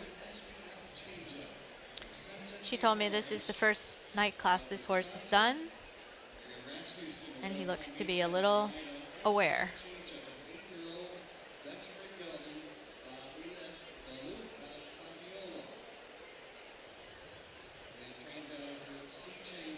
And he qualified in the high performance confirmation division. Yeah. Oh, he's having a little look around. He's having a little look. His eyes are gotten very big. And she'll But just take her time. she's just taking her time. She's letting him check everything out. Now, as a rider, your heart's probably pounding right about now, wondering what he's going to do. I'm thinking it's going to be a long way around. Exactly. Exactly. Oh, he's... yeah, she's handling it. Look at the look on her face. She's handling it perfect. Actually, she did him in the Derby here week 4, and he kind of walked in like that a little bit, but then he had a very nice round. Oh, good. But again, that wasn't under the lights. That wasn't all the crowd on the side, and yeah, he looks very nervous.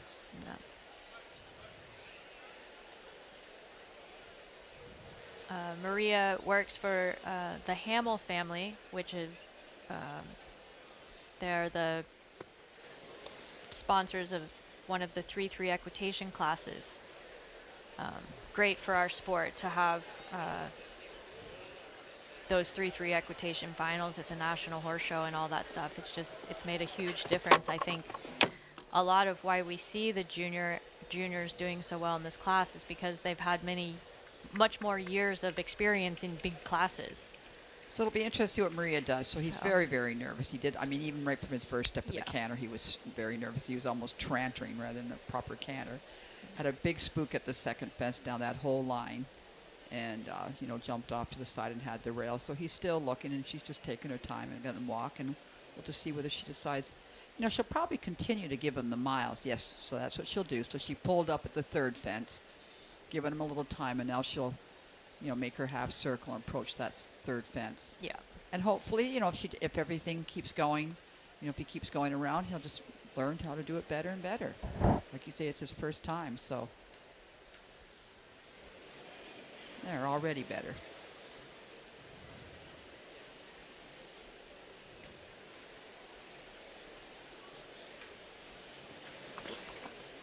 Maria handled that absolutely perfect, and she's just giving him a little pat.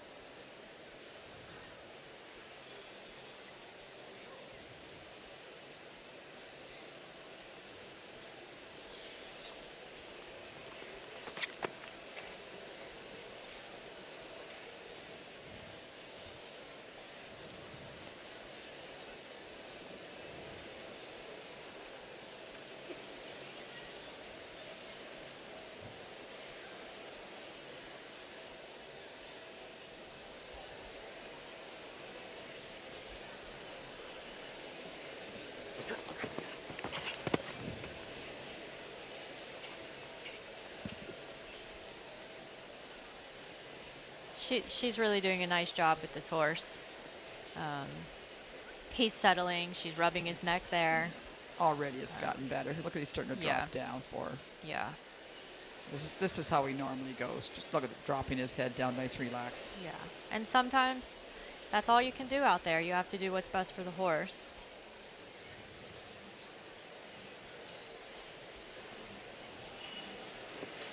Oh, finished up really well. You know, if I was an owner and I had Maria riding my horses and saw her handling it that well, I'd be so thrilled. It's just a class. It's just a class. I mean, that horse has come out a better horse. She didn't pull up. She didn't give up. Look at her smiling. She's like, I did it. Yeah, we did it. I arrived alive. You see there, he's really scared. And, you know, yeah, and she didn't keep him going to the third fence. She just took her time and brought him around. Yeah. And, that I'm so proud of her. I thought she did an amazing job. Now we have one of the riders trotting in that I was speaking about earlier in Liza Towell-Boyd. She's coming in on her mare Ondine d'Orleans. This horse has big shoes to fill in following in Brunello's footsteps, but I think she's up to the task. She's owned by Liza's Finally Farm, her dad, Jack, and Lisa, her mom, and also their longtime client and friend, Neil Seitz. You know, I think they saw this mare last year here, didn't they? And they did. Got it, and they weren't. The girl wasn't for sure whether she was going to sell it or not. And then when I mean, obviously, when Liza wants to ride one of your horses, you'd be thrilled. And I think this mare reminds them a lot of a female Brunella. Yes. Yeah. She's so scopy. So scopy. And gives that air time and just that gallop that she can do. One cool thing about her is she's an American bred. And I think she lived in Boca. I think the girl that owned her was down in Boca Raton and brought her here to WEF and showed her. And she's by Vigo. And that's she's well bred. Yeah. Look at great expression. Yeah. And I love, look, now that's my favorite, the way she finishes behind like that. I love to see a horse get up and finish well behind. And Liza's such a beautiful rider. One of the best. And her daughters, both of the girls are turning out to be very good riders, both her daughters. I have so much fun with them because my husband Fred and I bought a horse as a 5-year-old years ago in France at the French Championships, and we brought him back here to make him a hunter, and he did it, but he didn't really enjoy it, and so I turned him into a jumper, and Elle rides him now in the jumpers, and I have so much fun. She did the great charity challenge, and I told Liza, I don't have kids, so I'm just going to find horses for your kids to ride. She said, okay, that's fine with me. That's a deal. So she should be thrilled with this round. I think this is going to be a Amazing. big score. Amazing. I'm expecting big scores here. Come on, boys and girls, our judges panel. Big score. That was beautiful. The horse just looks to be getting comfortable with the way Liza really wants to ride her. When they started last year, they just won everything, and then you try to make them a little better or make them more to fit you, and they had some bobbles along the way last summer, but it looks like They're figuring it all out. They're working together. I mean, look So at that. here are her technique. scores: 93, 91, 90. Absolutely. Ripping to the head of the class with a 91.33.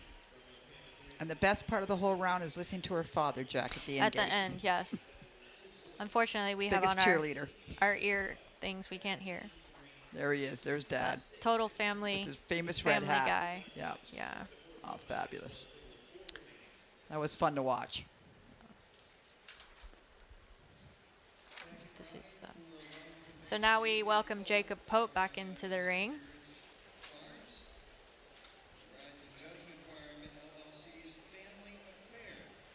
This is a horse, Family Affair, that was sent to him as a sales horse, as a jumper. And he had it a little while, and he'd been looking for this Claire for a junior hunter for a while, he said. And he said, I think maybe this one could do it.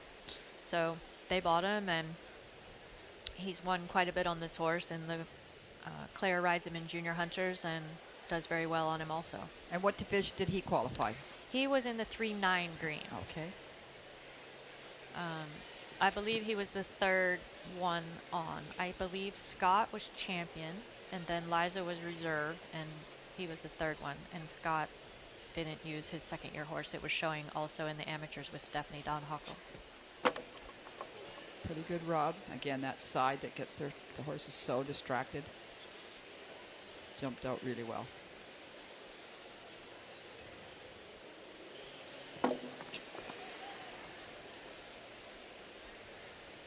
Another rub. Another pretty horse. Beautiful. Beautiful across the ground.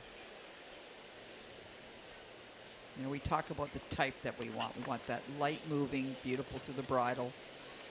The hunters, we were always looking for a type. A little lighter horse. But you know, the breeding over the years has changed so much where they all become sport horses. I mean, the jumpers, we used to have a lot of heavier Hanoverians and the Holsteiners, but now they're all such light horses, more of a sport horse type.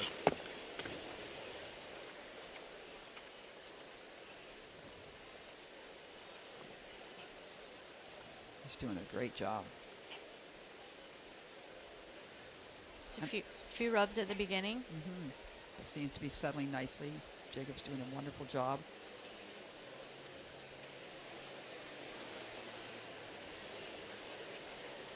Jacob worked with Ivan Rakowski for many years, and just recently went out on his own, started his own business. So now he's having to juggle catch riding and training and book work and all those things. All of it. Showing in the Grand Prix. So he should be happy with that round, I think. Yeah, he thought just a couple of rubs. But I thought as far as the way the horse went, his round was very nice. And he's a nice mover. Oh, that was a really pretty last fence.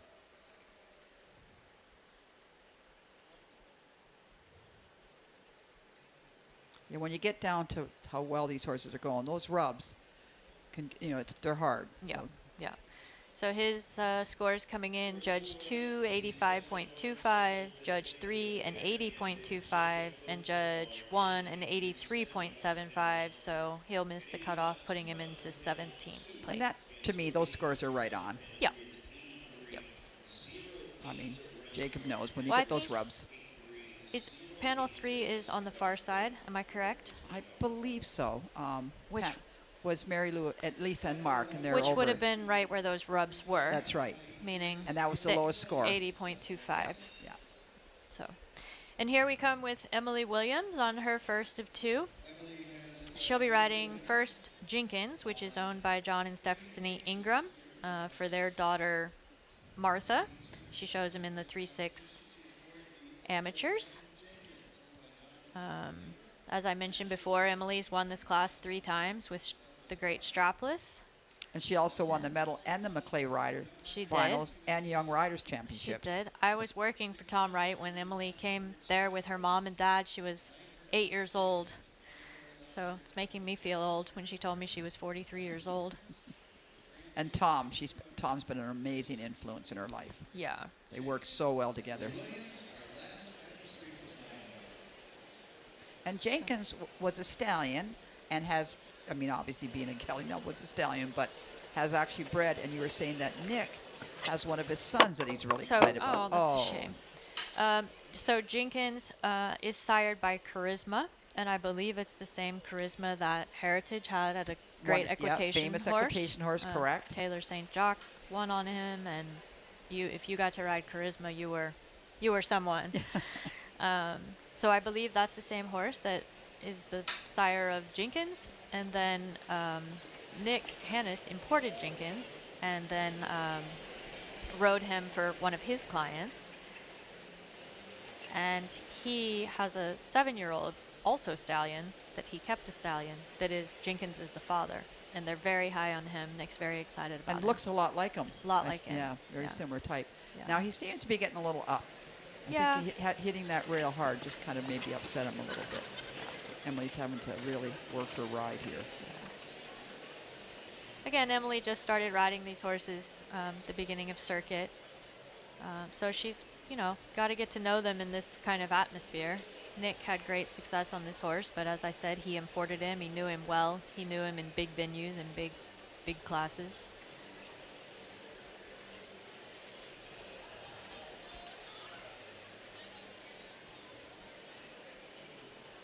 Now she's just keeping him a little in hand. Yeah. And she's already had the rail, so now it's just kind of getting him around and giving him the best experience. Nice job.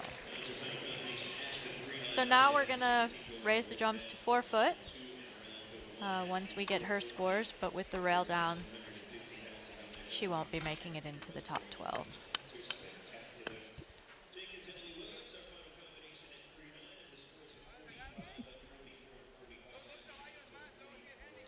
So yeah, she 45, 44, and a 45. So as we take a break, we have Liza Towell Boyd in first place, Carolina Ingalls and Concerto in second, Lafitte Demuse and Amanda Steege in third, Coulter and Sophie Gotchman fourth, Odette and Nick Hannes fifth, Divine Romance, Patricia Griffith sixth, Babylon and Paige Walkenbach seventh, Queen Celeste and Nick Hannes eighth, Tiara and JJ Toronto in ninth, Grand Remo and Stella Prop in 10th, Casino Cash and Brooke Haggerty in 11th, and rounding out the top 12 now will be Vidalgo with Michael Murphy.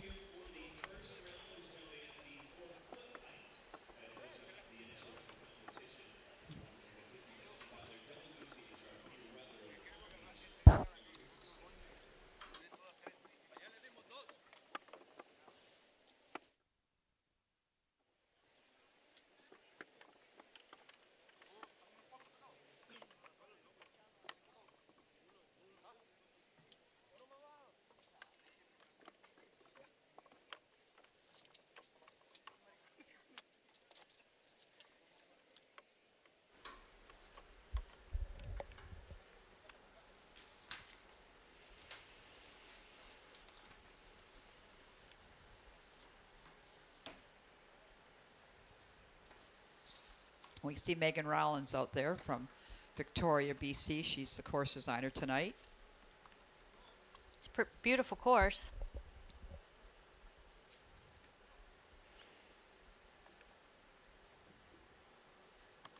The course designers, they try to be creative. They try to simulate what the field hunters, as we used to have. But no, the sport has changed so much and developed so much to have these high-class horses. But you still want a beautiful course, natural-looking jumps, and that's why you see the logs and the brush out there and the gates. So Megan is really, and lots of flowers. I was out in California last week judging, and they did a similar class in the Grand Prix ring, and again, the jumps were beautiful.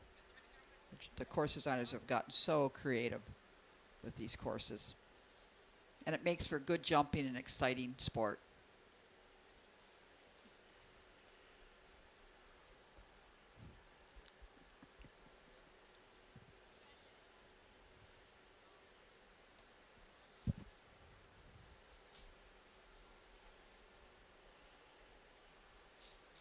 So for the 4-foot horses, we'll welcome back Tori Colvin on Paradigm and Emily Williams on Damas de Tener.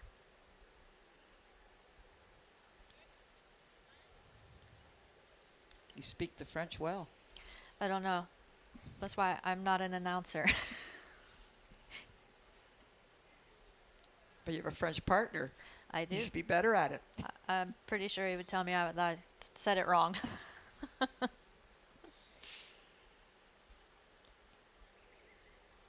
We still have 6 junior or amateurs in the top 12. So that's a fun fact.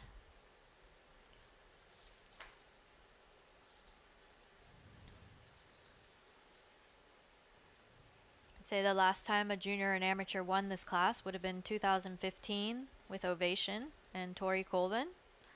And she dominated for 4 years. And then before that, that was Clara Lindner that did it. And Cody, all the way down to, yeah, and then all the Cody way down Baird to Liza. Yeah. on Most Wanted. And so at the beginning of the class, the juniors were in it to win it, and then the professionals took over, and then Tori made her mark, and now we're waiting for another junior amateur to do it. And here comes Tori trotting in on Paradigm. This horse is owned by Meredith Lipke and was previously shown by John French, and they were victorious in the 2023 Derby finals. And he's actually by a horse that was ridden by Brady Mitchell called Carico. That was also had won a lot of big classes. He did. Here in the United States. I think he's still owned by Callie Seaman, I believe, who also owns Divine Romance, who was in this class earlier with Patricia Griffith. And he stands at stud now, doesn't he? At I believe so, with Amos Spadone. Spadone, yes. Yep, at Redfield. So he breeds a great type. So this is a fairly new mount for Tori. I think in the fall she started to ride him, got to know him a little bit. Qualified in the high performance section of this week. John, I think, showed him in this class one year, 4th or 5th maybe. He got a good ribbon. So he has the experience of showing here and showing at Derby finals under the lights. He was very good at Derby finals, if I remember. Yeah. I believe this horse came from Mike McCormick and Tracy Finney at MTM Farm. Now they live in Ocala.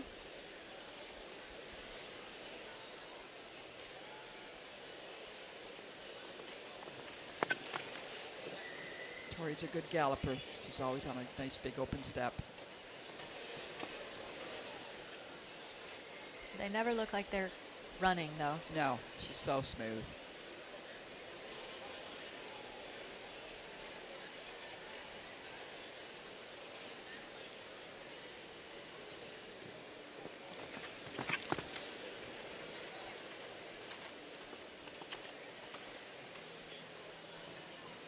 That's an intimidating jump, isn't it? With It all is, the with the 4 foot. yeah, all of a the sudden, lavender looks bigger now. all of a sudden it doesn't have any standards. Yeah, it disappeared. That is something as a rider, and when you walk the course, this class poses some issues for the second round, because all of a sudden the handy portion, some inside turns are a lot harder at 4 foot than they would be at 3/6. So That looked pretty nice. He jumped some beautiful jumps. He did jump very well. Tori had a little leg action there, kicking up, getting a little extra jump. She wanted to clear the back rail the You last bet. jump.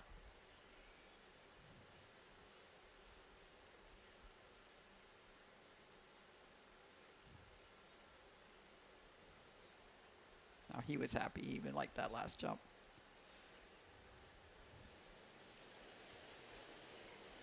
Okay, her scores are coming in, and they're good ones. Judge number 1, 95. Judge number 3, 90.5. We're waiting for judge number 2.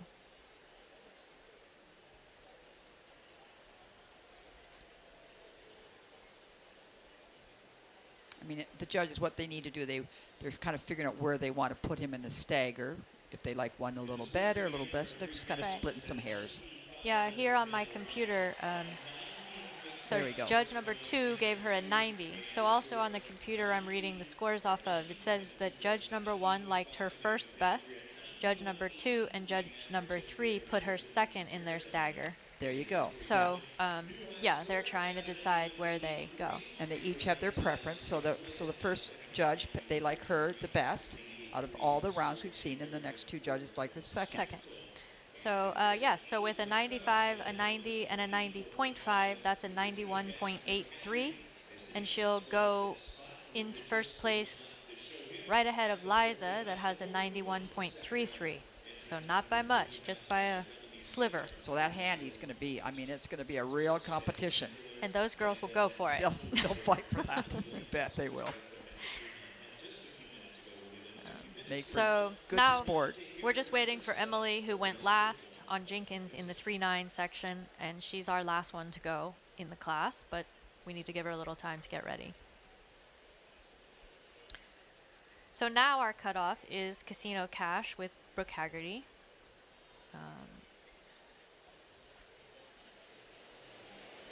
So I think that the Handy will be fun. The Handy is a fun course also. When I walked it earlier, it looks like a fun course to ride. And the horse that Emily's coming in with is a French bred mare, correct? It's a gelding. It's a gelding, It's I a think. gelding. Yes. It's a gelding. Yeah. And did it not win a big class earlier in the circuit? Yes, we had a $25,000 hunt and go derby in this ring, but during the afternoon, and it did win that. And it was a really good class. I mean, Yes. And again, this is a newer mount for Emily. I don't think she's done a lot of big classes on him. She told me that the horse had done the adult hunters in the morning, and then they went back and put her saddle on and won the derby. that's a good horse. So I think he's a good horse. You and I are both big fans of French breeding horses. Great Yeah. characters.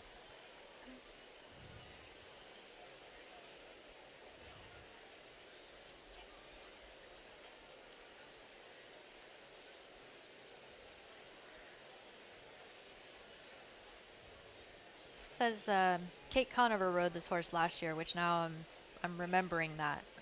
And he was 7th in this class last year with Kate. So he also has some experience under the lights.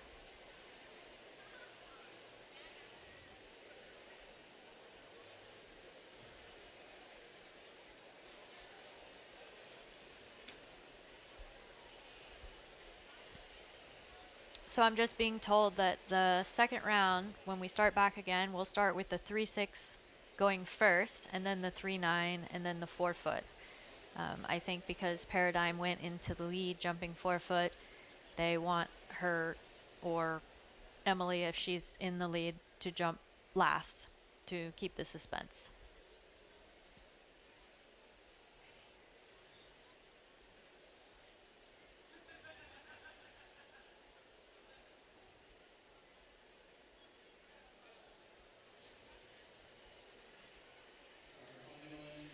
Here we go. Final entry coming up. And don't forget, we love to have questions.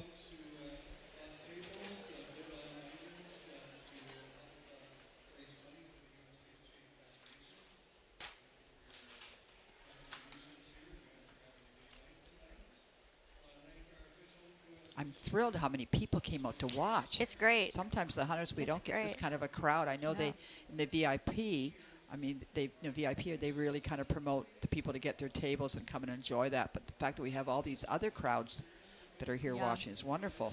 I noticed that we went to show up in Ocala last week, and I noticed that for the WEC Equitation Cup. They're so programmed for the Saturday Night Lights that it's definitely become a sporting event.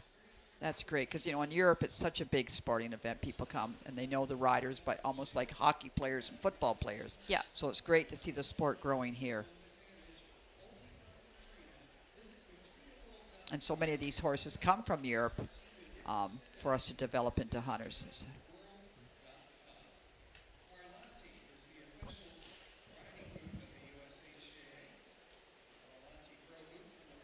All right, here she comes. Last one on course for the first round.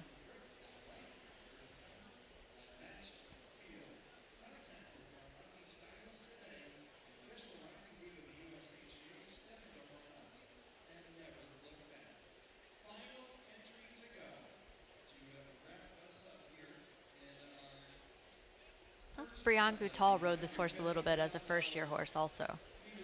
So he's had some good riders. Oh, you bet.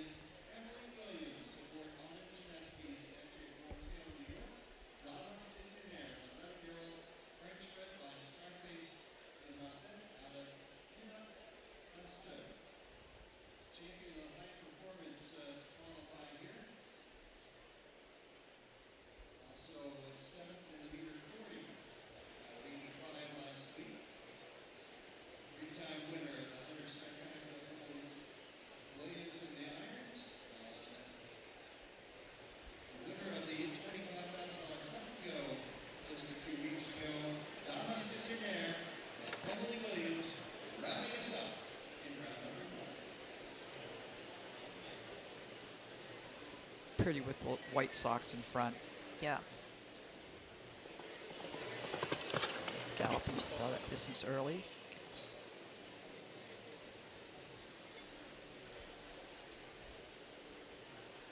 I just happened to walk up and watch this horse in the Derby that he won, and he just was so scopy and slow everywhere. It's really fun to watch her do it. And in the Hunt and Go, it was a classic round at the beginning of the round and the handy at the second. So she was nice and beautiful in the classic round, and then the handy just really slick. Yeah, she was very good. That's that two-phase class. When we talk about a Hunt and Go, it's all one round, but it's two phases where they have to just jump a nice smooth round the first half of the course. The second part was the go, is what we could call the handy part.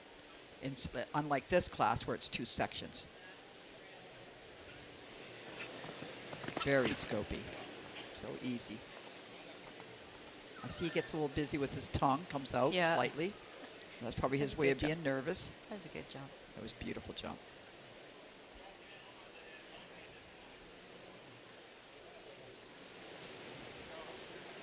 Oh, she's giving him a wonderful ride.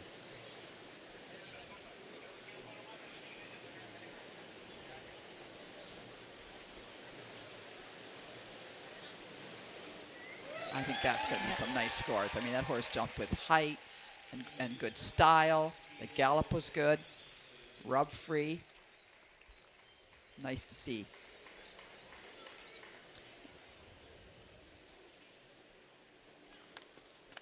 Now, if you were a rider, does the tongue offend you? Well, I was going to ask you that from a judge's. I knew you were. You know, no. Yes and no. I would note it down on my cards.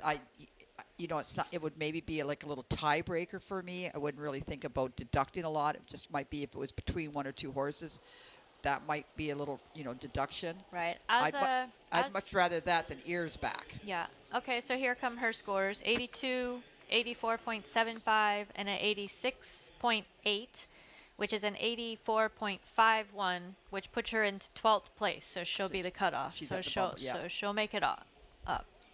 That just bumps Brooke Haggerty and Casino Cash out. And maybe they did knock her down a bit because of the tongue. It's hard to say because the round certainly looked nice. The horse jumped well, so you know it's up to them. If it's annoying, they. I mean, she scored 84.51, and poor Brooke, she scored 84.50. So very close. But back to the tongue thing, I think for me as a rider, I like to have contact with the horse's mouth. Yes. And so I think that would just depend on how the horse gave me the contact. So you could almost say if it's tongue in his tongue, he's giving you a trouble with the contact. Right, yeah. right. And that certainly would reflect the score. So I think that would be, as a rider, that's how I would see it. Yes. If his tongue was out because it's too big for his mouth and he's just going along, fine, fine.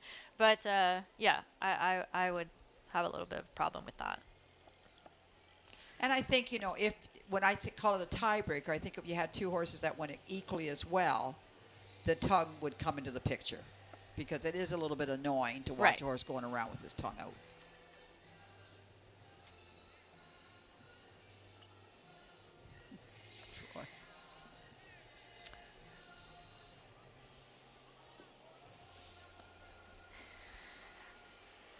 Okay, so now they're going to drag. We're going to get ready for the handy round. As I said, we're going to start with the 4 foot. We're going to start with the 3-6 first so that the 4 foot can go at the end, and we'll have Paradigm and Tori, who are leading, come back last. So I'm going to take a little break for a second, and I'll be back when it starts. We'll be right back. Thank you. Thank you.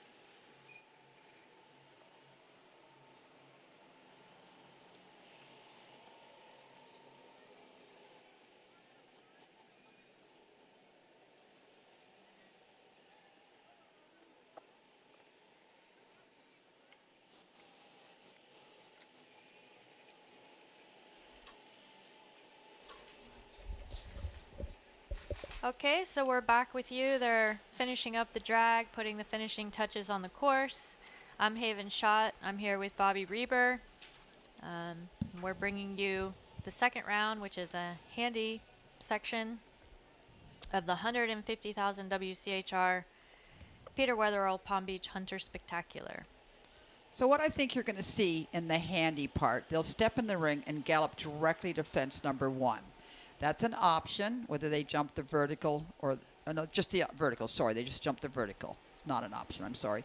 Then they'll gallop around their turn to 2. Now they have some options of doing a cut. They can go. You'll see an island. It's hard to see on the screen because they're not showing it to you. But as they go around, we'll explain it to you. So just a little quickly, there's a couple of islands there that they can either go inside. What they want to see in a handy course is the most efficient track, a little bit of risk-taking and galloping. Obviously, they still have to have a beautiful jump, landing the leads, getting the correct lead changes. Megan's gotten a little creative with some of her ideas that she has here. 3 is an option. And down to number 4 to 5, the in and out, 2-stride in and out. Then they jump 6 up to 7, across the middle in the diagonal. And again, we'll go over the course as they show it on the screen.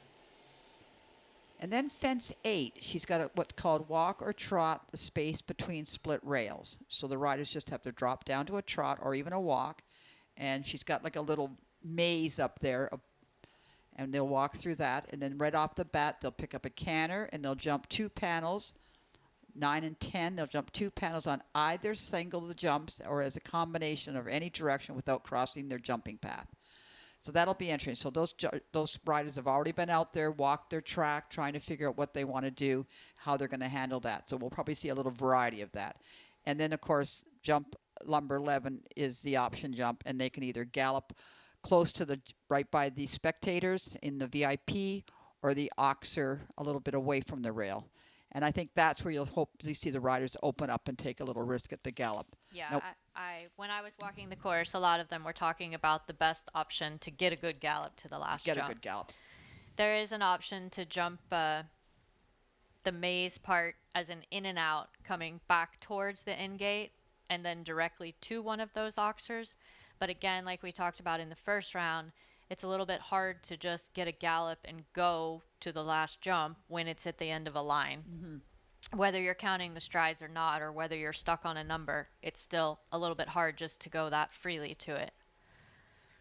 So we have some really great riders coming back and some really great horses. So it should be a fun handy to watch.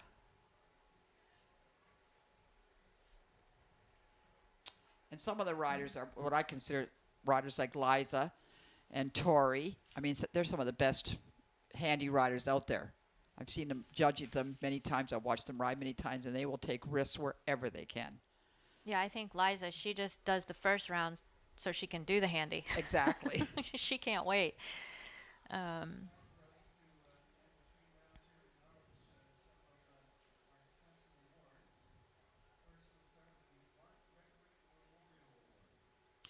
While they're doing the awards, we actually have hunter derbies up in Canada called the Knightwood Hunter Derby Series, and we only do the handy part. Oh, really? Yes, because we found in order for us to get the class into the Royal Winter Fair, they just didn't have the time to make it 2 rounds. And of course, we all talked about at the very beginning about the family that sponsors it, or brought it all along the night with the Guthrie family. And Muffy and her husband, Jeff, and what they decided is everybody always wants to get in, like you said, the handy part. That's the fun part. So we decided, well, let's just make that the class. And so they literally have to step in the ring and do a handy right off the bat. And boy, it's the first couple of years, there was some wild jumping. They were bringing jumpers in with short martingales, but now it's leveled right out, and we've got some quality hunters doing it. It always ends up being a wonderful class at the Royal Winter Fair. Great.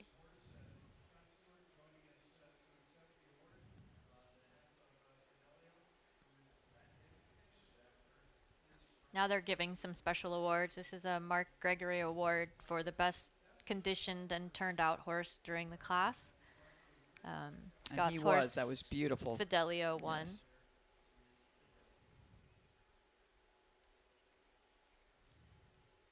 There's Louise Serio and Carl Whedon, 2 women at the head of our organization, making all this stuff happen. Also great riders and trainers.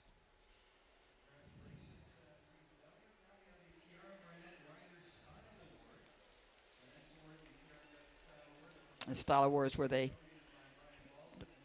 panel that decides how the riders, and of course it's Michael, who's one of my favorite riders.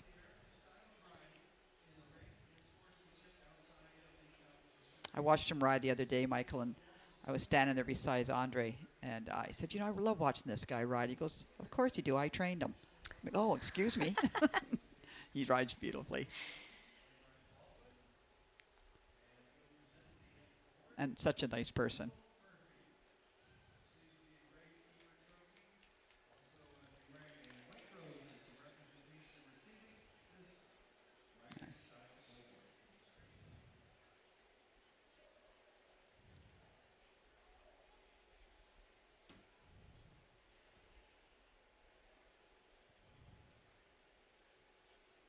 It's really wonderful to see how this program is developed, the whole WCHR Riders program. It just gives the riders so many things to look forward to. Yes. And awards to win and classes to aim your horses for. A horse like Queen Celeste in her later years, I think they really manage her just for these bigger Just for classes. These bigger classes, exactly. Well, that's how they did it with Brunella, and that was his thing, was to get ready for these classes. Yeah. Special classes.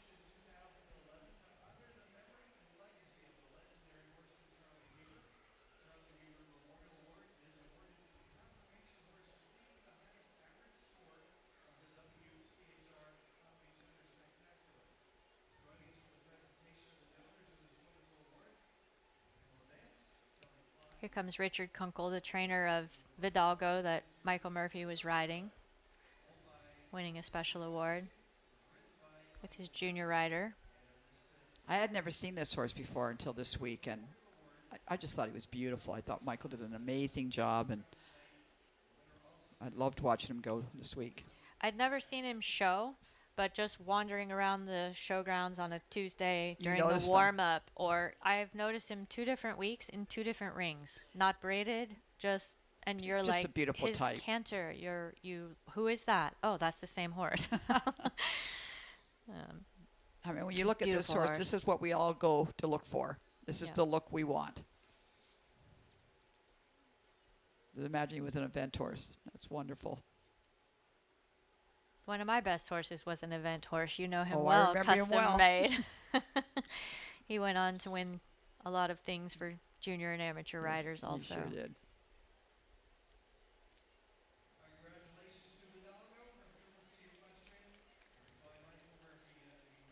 Which was the one that jumped out of the ring on you? Custom that made. one. That was in my thoughts. I'll never forget that. And how he did it was unbelievable. Just hopped over. He did it like he thought that's what he was supposed to do. That's right. He'd seen those before in the cross-country course. And then you came up out of that ditch, and I remember you saying, does anybody want to ride him now? And everybody's like, no. Derek Kinney was over there. He's like, no. That was fun. That was a fun day. That was. That's nice to see Kelly Klein come out and present that. Yeah. Charlie was a special person. He was. Oh, my. One of the best. One of the best. Horse after horse after horse he produced.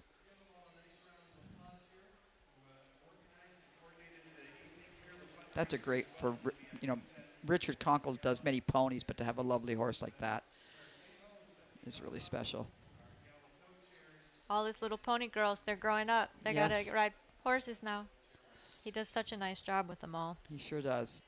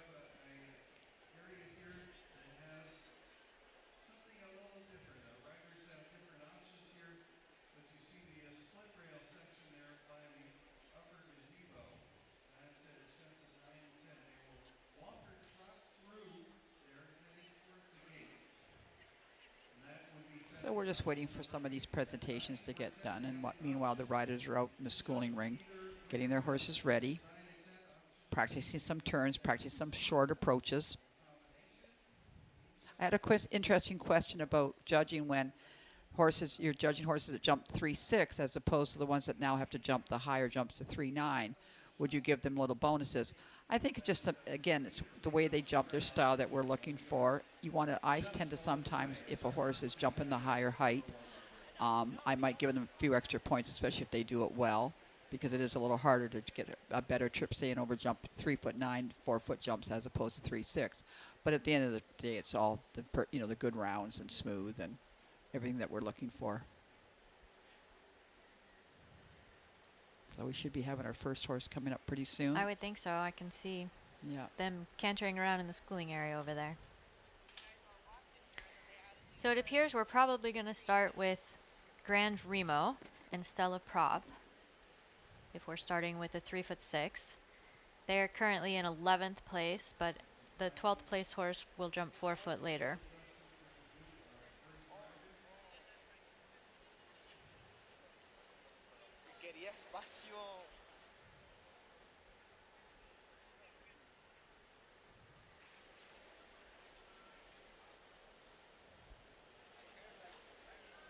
There she is. She's at the gate.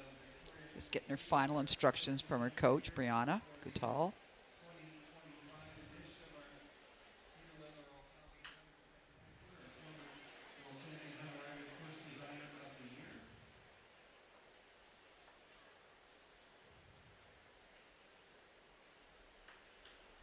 So our final tally of junior and amateurs coming back is 5. So we'll see what they can do. But they've got their work cut out for them with those 2 girls at the head there.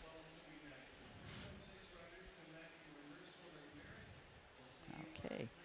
So here we go with Stella. And she'll see her step right in the ring and head right on down to that first fence. So now we'll see the course. See how she's taken a slight inside turn to the first fence, the vertical. The little gray wall.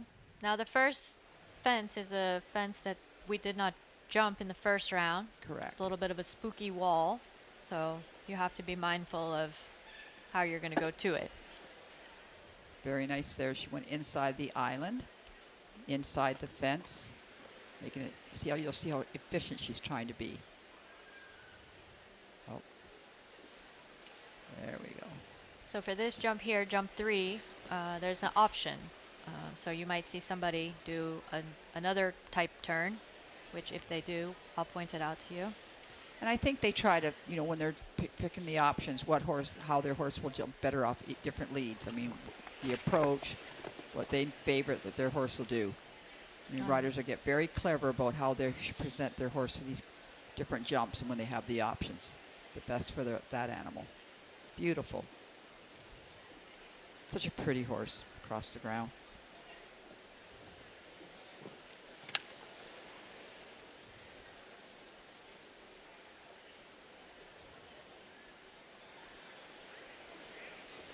You can see the track is shorter. Just keeping it nice and tight. Now she's going to go through a gap. She chose to walk there. You could walk or trot through there. I think the walk looks nice. It gives them that little bit of a moment to take a breath as well. Yeah. Especially if one was a little nervous.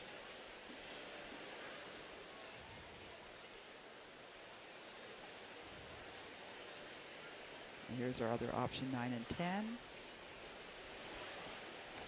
She's doing the in and out, and now she'll gallop down to the last fence.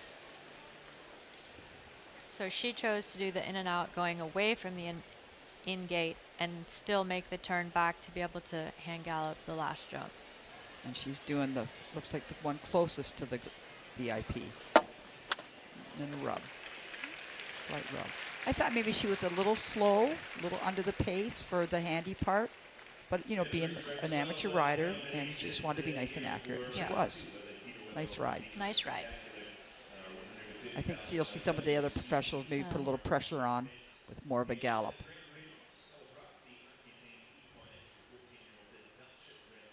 Very good technique.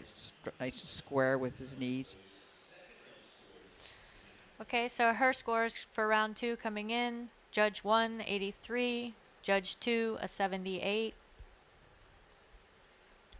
We're waiting on Judge 3. The in and out, she did get a little quiet into it, and he had to stretch coming out. Maybe didn't jump in as good a form as we'd like to see. Judge number 3 would be an 81 for an 80.66, and the final total for her 2 rounds is an average of 82.78.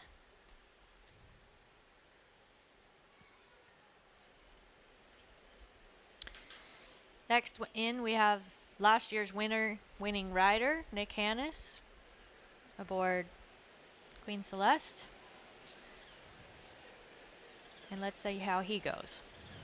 Inside the gazebo. On an angle, jump that first fence on an angle.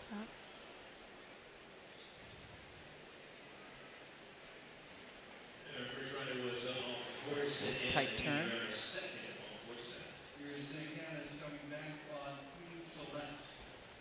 Coming back on 87.166. Very good turn back. He's taking the same option Stella did, right around the gazebo.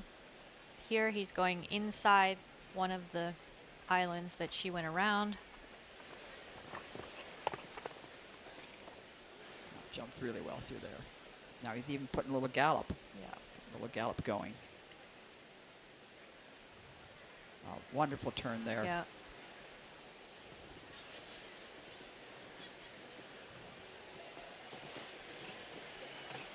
She tried Jumped. so. Yeah, she Jumped that one. she Back really inside. tried. He's going inside this time also. Down to the walk. Chose the walk. Oh, and a little relaxed rain, which is nice to see.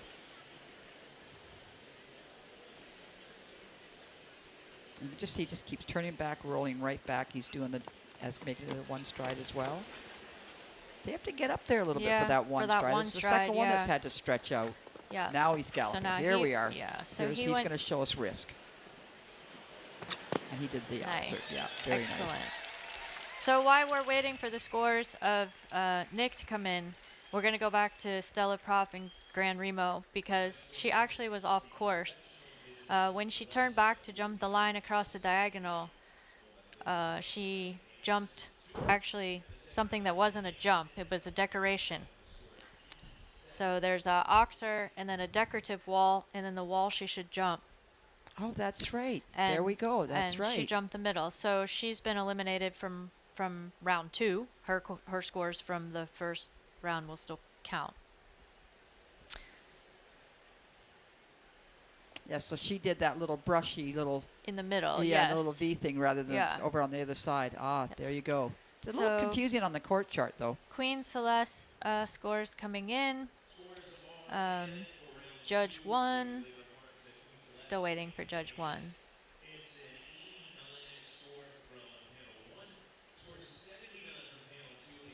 89 from Judge 1, 79 from Judge 2, and an 89 from Judge 3. 85.66. Final score 86.41, which will put them in the lead.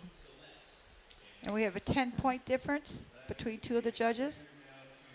Yes.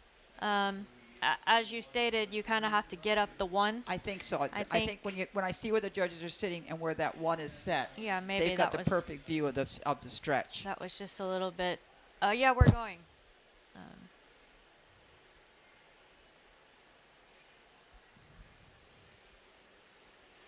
Now here we come with JJ Toronto A little cool customer here. on his newest horse.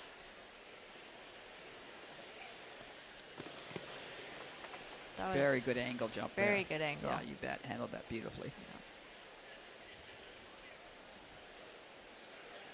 And he's just around. That well. Oh. And you know, you just have to watch if you turn too early. I mean, you're trying to get those turns, but you've got to make sure they've got their hind end underneath them for that lead change. So we just kind of lost that hind end for a moment.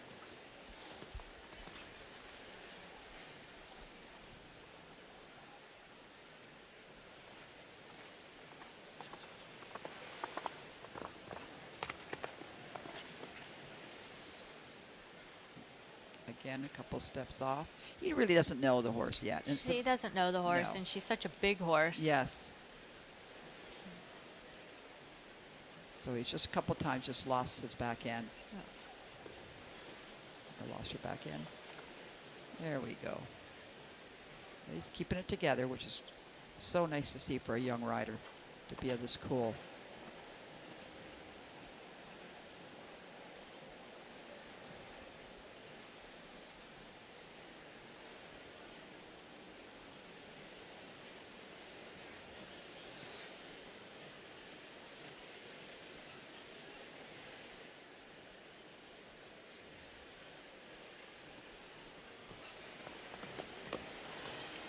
That was nice. He made it very easy. He rode that really well.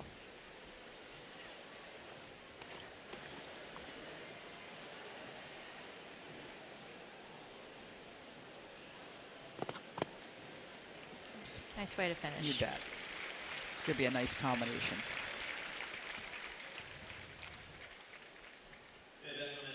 He's got super happy expression on his face, little JJ. But he did such a good job in so many places. I think when you're that competitive, Yeah, put a lot of pressure on yourself. He you- did that really well. he probably knows, I should have just been a little more sure. So his scores coming in 65, Judge 2 67, Judge 3,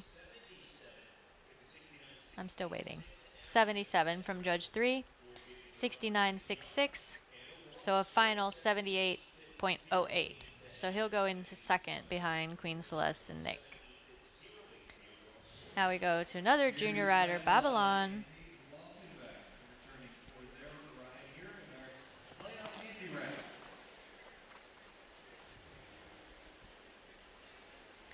She also did the inside slice to the first jump.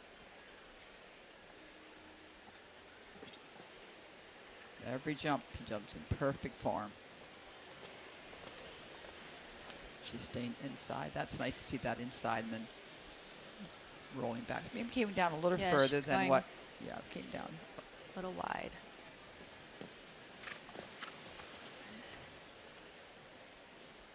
Very nice turn here.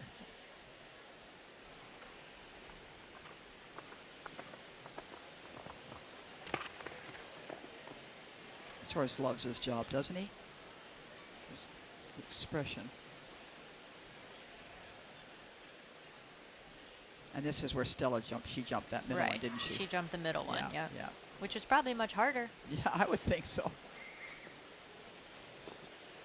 Oh, beautiful ride there.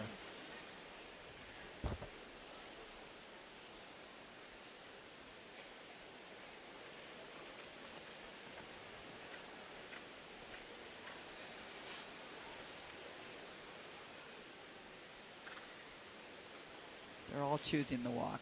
I think it's just a nice moment for the horse.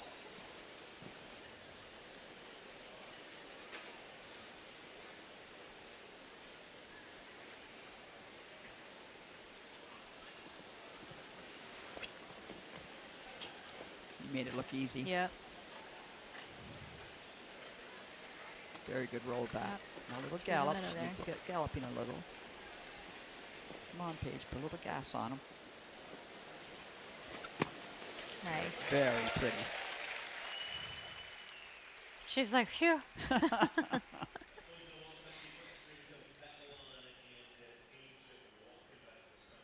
What an amazing horse to have in your career. Was the horse Don had years ago, Lyle. I Remember remember Lyle? The gray one. And he was the same. Like, how many riders? He just did it over and over as a junior hunter. Yeah. He loved his job. So her scores coming in, Judge 1, 84, Judge 3, and 85, Judge 2, and 86, for an 85 total in round 2, and an 86.08 moving into second place. Nice. So, She's happy. and now cantering into the first jump, Patricia Griffith on Divine Romance. Here is Divine Romance and Patricia Griffith. Had a very nice first fence. And Inside the island to the oxer. 87.33. Rub. Okay, a slight rub behind Yeah. there at that jump. Yeah, I think so. I don't think you can go real fast on this mare, real gallop, No. because she's a big mare. And she's got a big stride. Huge stride. You have to really take your time and manage it.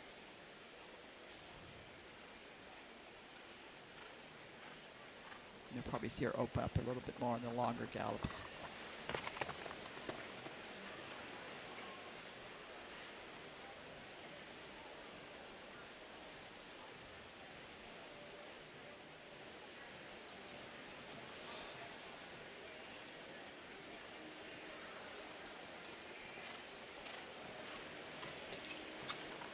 Nice ride. It's nice to see Patricia stays in that half seat, galloping.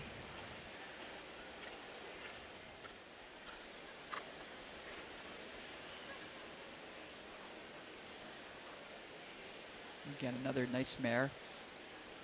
We have to figure out how many mares we had in this class. There was quite a few of them.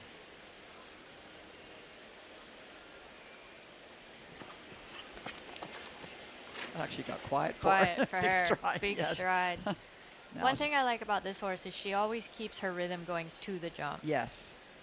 It doesn't look like you're having to make her go all the time. Oh, this is pretty. That Yeah, was pretty. That was pretty. That was really pretty. Nice. Oh, she'll be really happy with that.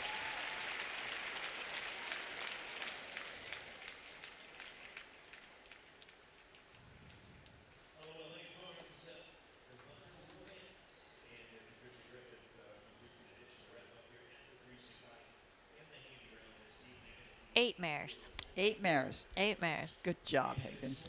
They called Can a mare. I don't think Can No, a mare. I don't think so. he's So, pretty like a little mare, Here but come good scores for Patricia. 88, a 91 from Judge 2, Judge 3, 87, 88.66 for a final 87.99 and right to the top of the yeah, class. I think that was one. I would have been a 90 for sure. I thought that was really well done. Great for her.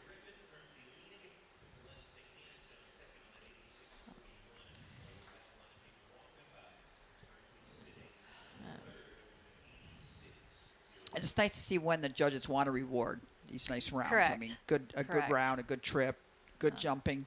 Nice to be able to reward with the score. Here we go with Nick. A quick turnaround. Was third in, sixth in. Doesn't take Nick long to get ready.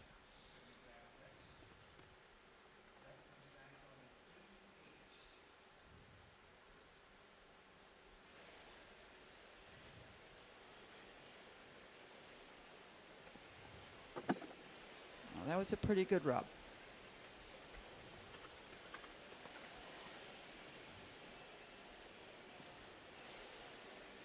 Excellent turn. So smooth on his turns. And every chance he can, you'll see Nick open up that step. That's pretty.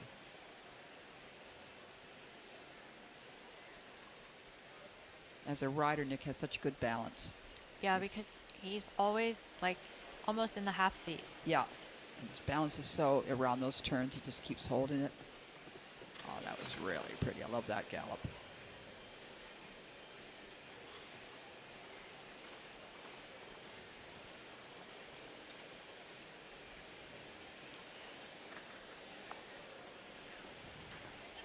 That's the first one we saw just trot. Yeah.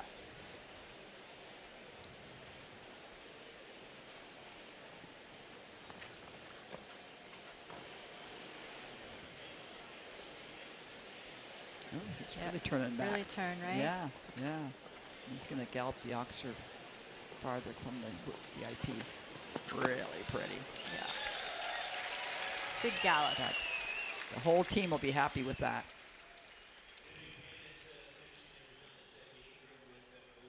Have you been out to his farm? Nick's I farm? in haven't. Wellington? It's a zoo. It's so much fun to go out there. They got camels and goats and llamas and oh my God, We were talking yesterday about zebras. how many more years he has in the saddle to catch up to me to say he wants to slow down his showing a little bit. And he said, I just want to ride camels. Yeah. And then Now they have Clydesdales. They got Clydesdales for Christmas. here come his Okay. scores. Judge 1, 85. Judge 2, 88. I think the rub is what got the 85 because Yeah. it was pretty hard. It wasn't Yeah. just a tap. It was a pretty And good rub. 88 from Judge 3, which a second round total of 87, and an 87.5, which will put him in second place. And you know, being that probably that what gave the lowest score was the closest to that jump for the rub. Probably. And here we go with Sophie Gotchman. Bring back next year Sophie Gotchman on her entry Coulter. Sophie comes I This love, horse is love such- this horse. Such a proper jumper. Oh, he is. It's a perfect way of putting it. Proper jumper, great expression. the tiebreaker on her score.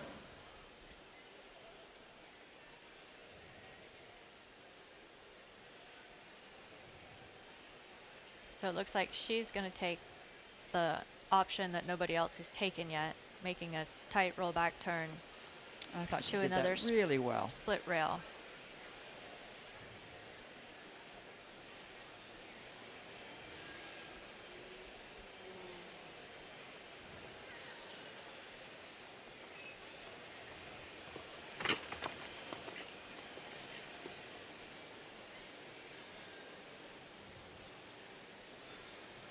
I think in the handy, when the horses jump a little bit to an angle or a little right side, you know, that's all kind of reflects what they're trying to get done by being handy, as opposed to in the first round where we like to see them jump straight, nice and smooth and straight through it. Not so hard on them when they take them to the one side of the jump.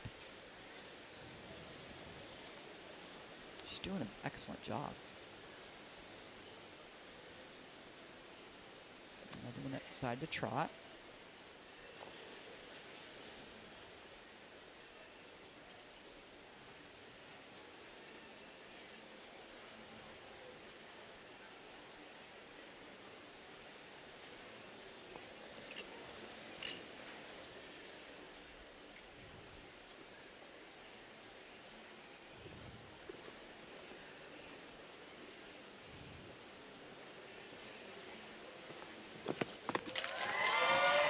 Nice job. She will be thrilled with that. I would think those are nice scores. I think she won the 3-3 amateur class last night. Oh, did she? I think so. Okay. With her other horse, Jordan. Oh, that was beautiful. Beautiful to watch. Such a pretty horse.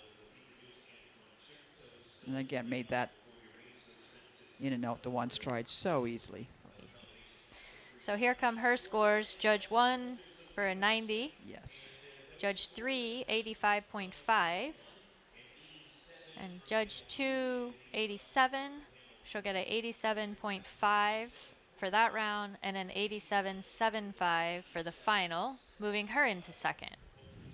Wonderful. Oh.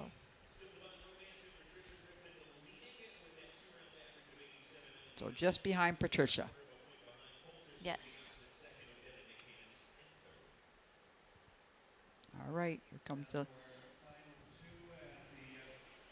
final one of our 3-6. Comes Amanda and Lafitte, no strangers to handies together. Very good angle jump.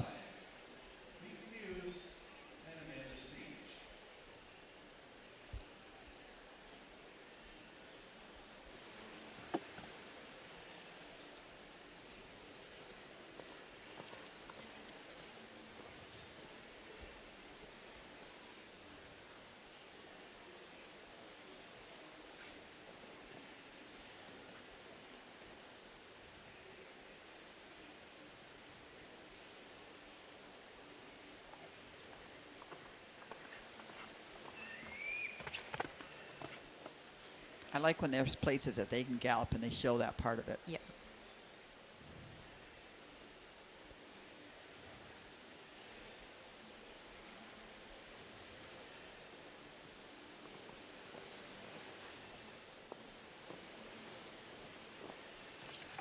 That's a good jump. Oh, beautiful.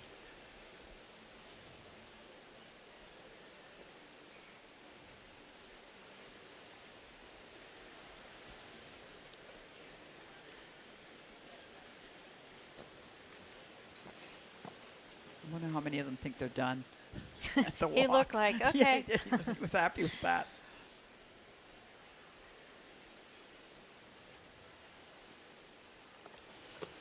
Oh, look at those knees. Come on, Amanda. Open it up a little bit. There we go. There we go.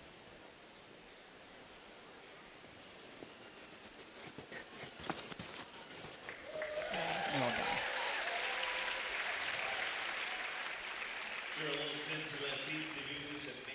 He always looks so proud of himself, doesn't he? He does. He knows he's great.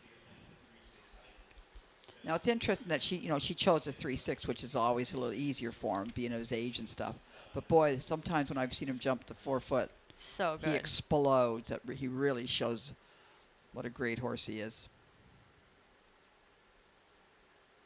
Score is now at 87 from panel 1, score of 90 from panel 2, and a score of 91 from panel Excellent. Good scores. So her scores, Judge 1, 87, Judge 2, 90, Judge 3, 91 for an 89.33. 88.79 will be her final, and she goes to the lead. We have our amateur rider. Caroline.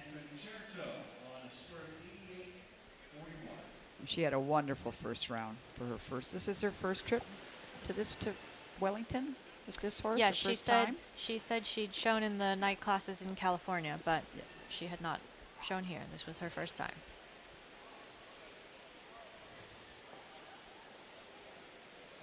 It was so great to see her trainer Hap. He gave me my first catch rides. Did he really? My first real catch rides. One of our all-time greats in the sport. I used to always make all my riders watch his hands. He had the best hands on any horse.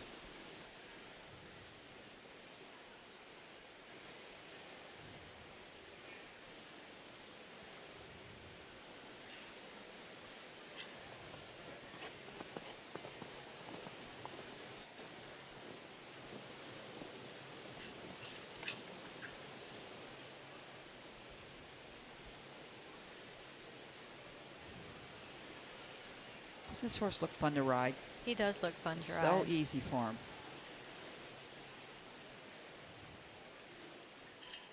It just looks easy for the two of them together. Yes, they're a perfect match.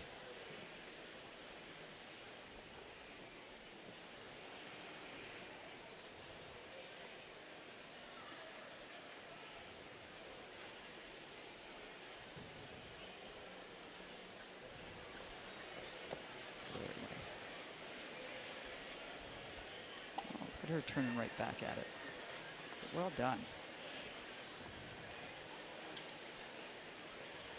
I like this approach the best to the oxer, Beautiful. away from the wall. Well done.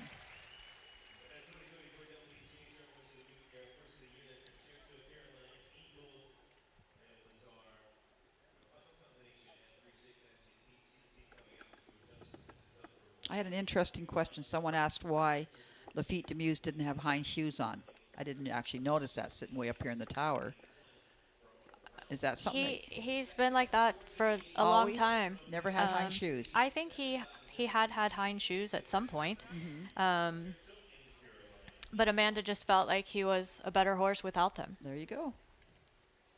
So okay, for Concerto we have 88.5, 87.5, and 86, and 87.33 for a final average of 87.87, which will put them into third.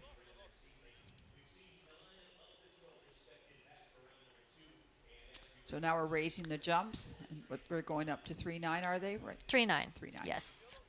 Yeah. Got a fabulous ring crew. And still have a pretty good crowd. 9:30 at night. Yes. They're still Yeah. hanging in there. Yeah. So I believe at the 3.9 height, we'll only have Liza Towell Boyd to come back.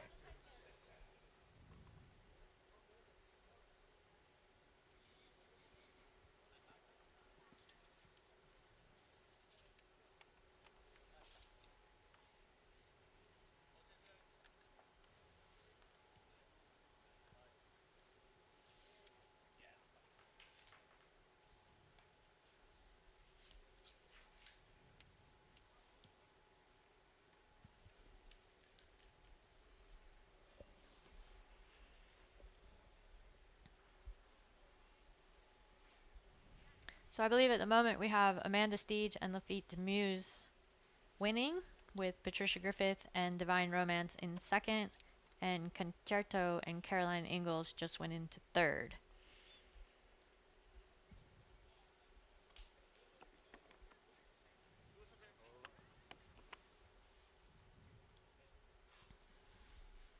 Well, it couldn't be a nicer night. The wind's gone. It's perfect.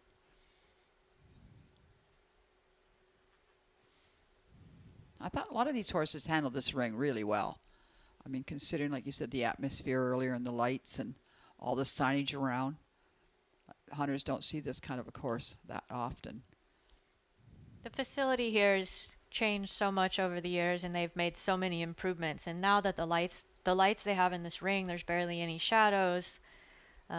I remember showing in this class when it was on the grass, and they'd bring the lights in with the generator. Yes, and yes. Half the ring was dark, and the jumps were in the dark spot, and so everything has improved so much now that it's still a big atmosphere for these hunters because we don't see it all the time. But once you get out there as the rider, it's pretty much like you're riding in the daytime. Yeah.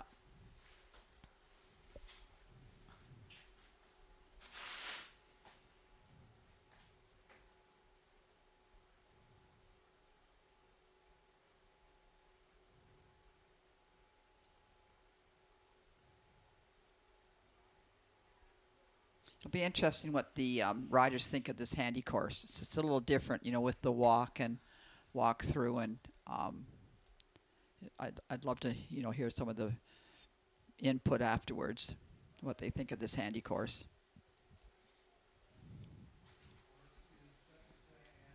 All righty. There's Jack. Jack with the red hat.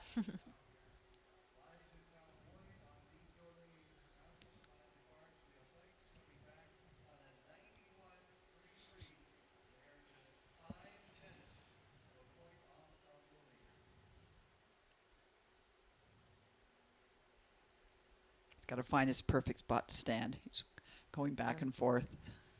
So after the first round, Liza was in second by just a hair to Tori Colvin on Paradigm. So let's see what these girls can do.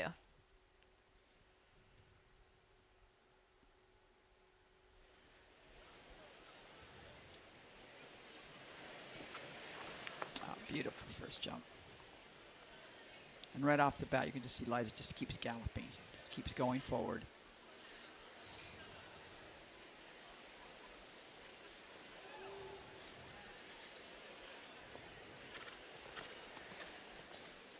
Such a good expression.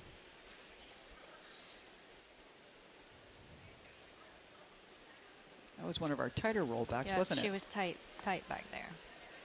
Fussy for the change. Yeah, a little fussy.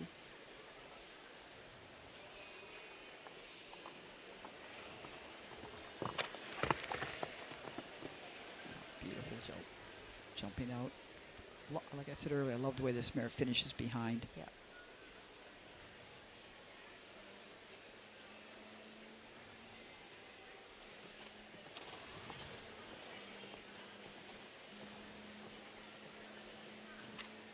Oh, excellent, excellent jump. So correct.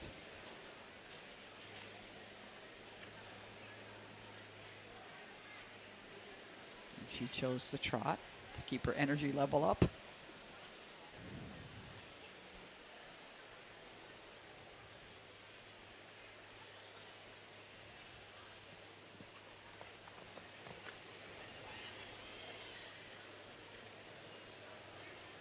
Look at Liza, turn it on.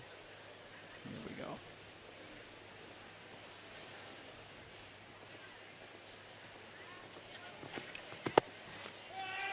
There's Jack. And there's Jack. And there's Jack. Well done. Oh, that's wonderful. Liza's certainly a favorite tip for everybody, all crowds. Love her. Liza did a good job. That mare got a little green a couple places, but she handled it well. She kept her right there. So her scores are coming in. Judge 1, a 93. Excellent. Beautiful through the in and out.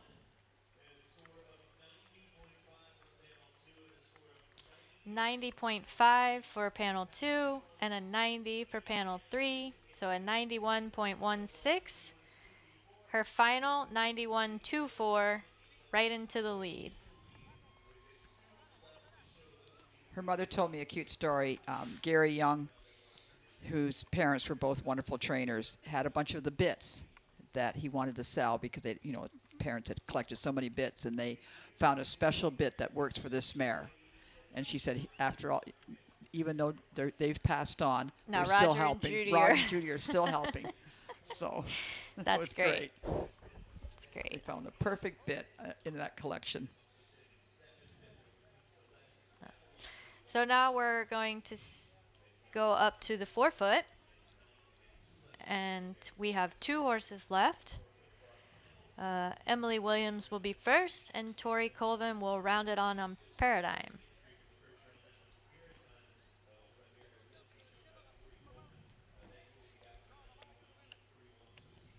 It's the Battle of the Girls tonight, is. isn't it? Yeah, Battle of the Girls.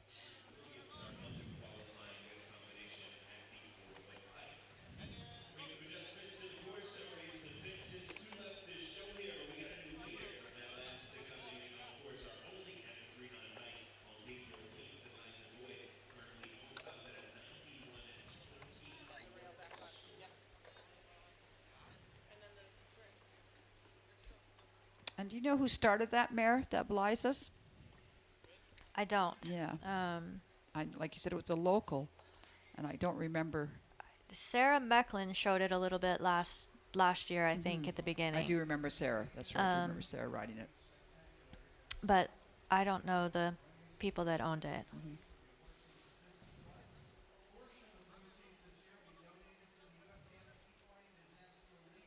I do believe they bred it and kept it the whole time. Yes. So they must feel like they still own part of her. I bet. Probably. I think all breeders like to watch. I know lots of times some of the horses that I've sold from Europe over here, and the breeders and the people that sell them to us really want to know. Right. And every time they'll get a picture, you send a picture over what it won, they get such a thrill out of it. Yeah. And that's why they keep working for us to find more. Yep.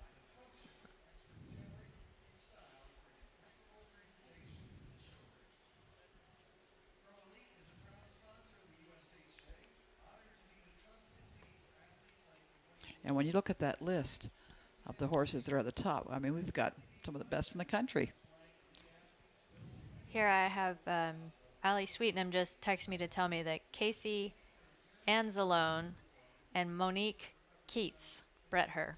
All right, And but they're local from- breeders. They're from Boca. Boca. Well, that's nice to give them a shout out. They've produced a wonderful horse. So Thank you, Allie. It was good to there's know. a lot of people texting me that's who it is. So Oh, okay. thanks for the information. From I all should of you. have gotten that before we started. No, you've done a great job in getting all the details.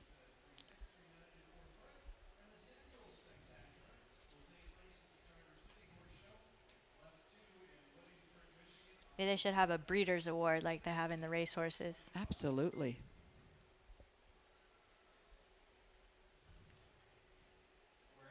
Yeah, that would be something nice to investigate.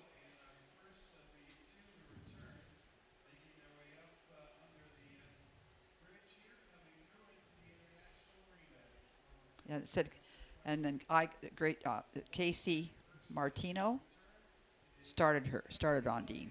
So I don't know that person, but they've done a great job. Here comes Emily.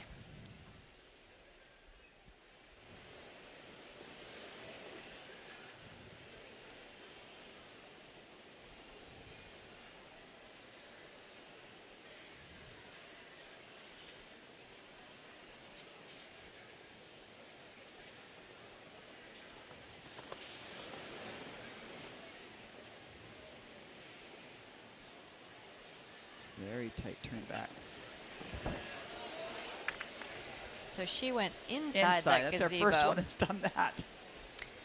And as I stated earlier, sometimes with the 4-foot horses, it's a little bit harder because the turns are, And that got really rough Yeah. for her. Yeah, that was almost too much. yeah, then she They're gonna- galloped. Yeah, and- that got lost. She got lost there. yeah. But, you know, you got to give Emily all the credit for trying, because you have to put the hammer down with this group.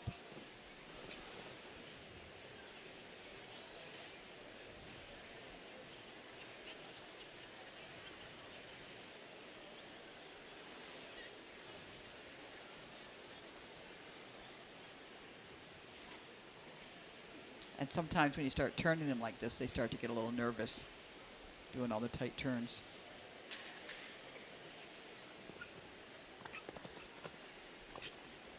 He is jumping well.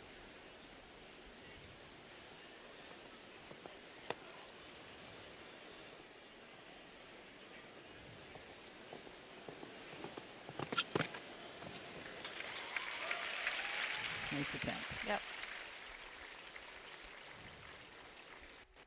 Emily Wellington, Fortunetsky, to the Helmets with new Tanner, right on Christopher 2, and the 4-4-9, who was a return score 84-51 from the first round. With here the score is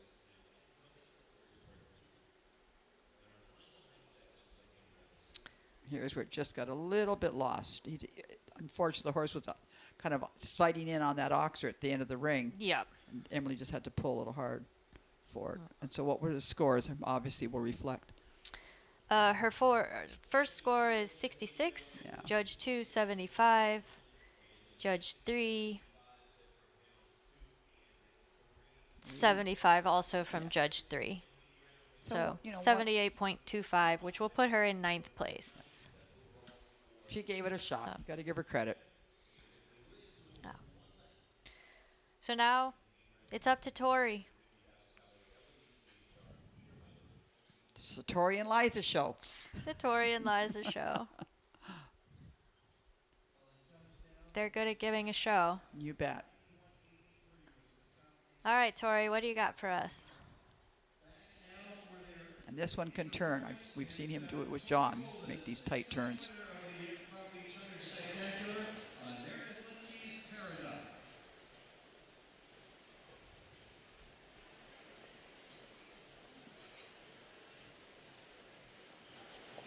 Beautiful there.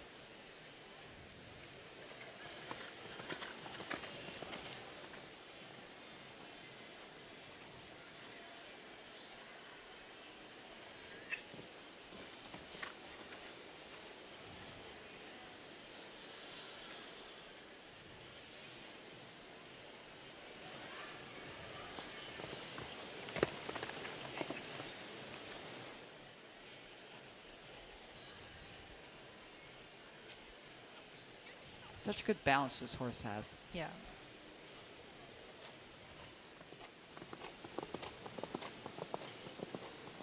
Oh, super there.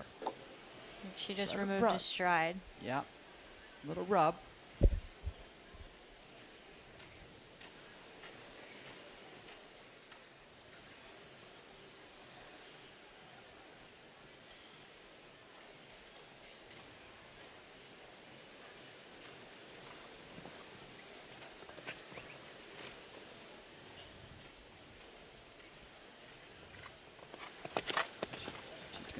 Right, yeah, she's going to inside, and she's going to the outside jump, right?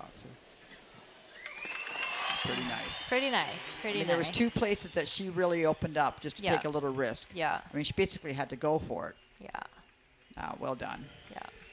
So now it's just the judges decide who they like the best. They'll be splitting hairs. They were pretty close coming back in, so this horse is more seasoned than Liza's horse at doing this stuff. So she was, in my opinion, able to open it up and make it look a little bit smoother. But Liza's horse jumps so great. We have 86.5, 89, and a 92 for an 89.16, a 90.49 into second place. So Liza did it again. Talboyd will be back on top for the fourth time. Well, and you know, I had Sandy Ballard sent me a text saying that what we saw tonight was amazing quality. Very few rails.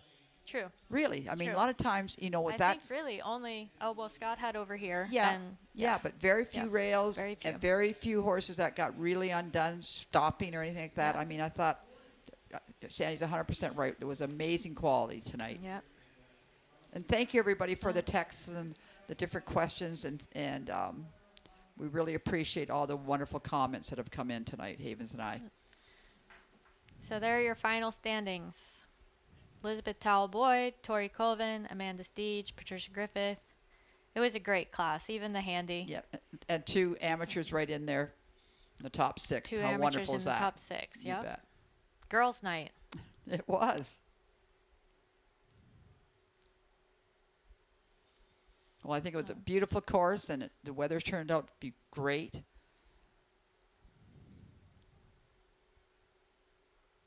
So nice to see a sport like this. No, it was great. Great crowd. Yeah. Well, good, Haven. So So, thank you so much. That Thank was you, really Bobby. fun. Very fun to do it with you. Thank you. And so Um, I guess we're pretty much signing off now. Do we? I think we're signing Yeah, off. I think that's a good thing. Thanks for joining us. Time for a and cocktail and bedtime.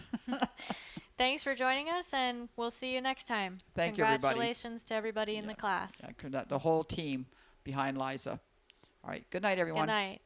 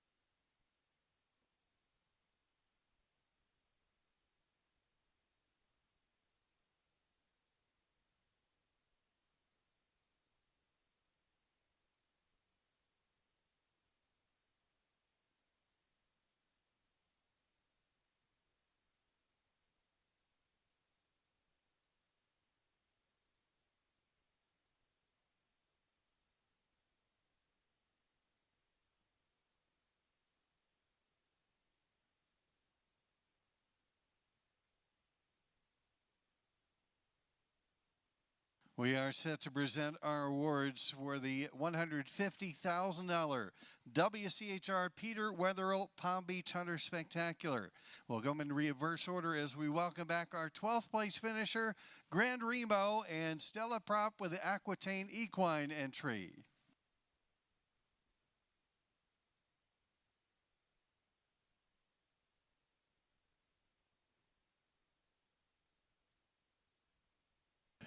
In 11th, Morgan Ivars at Tiara and JJ Toronto.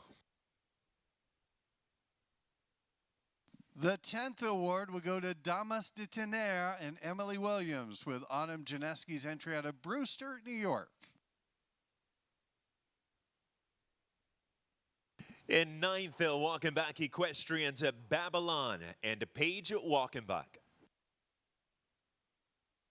Finishing in 8th place, it was Queen Celeste and Nick Hannes with the Glade Run Farm entry out of Pittsburgh, Pennsylvania.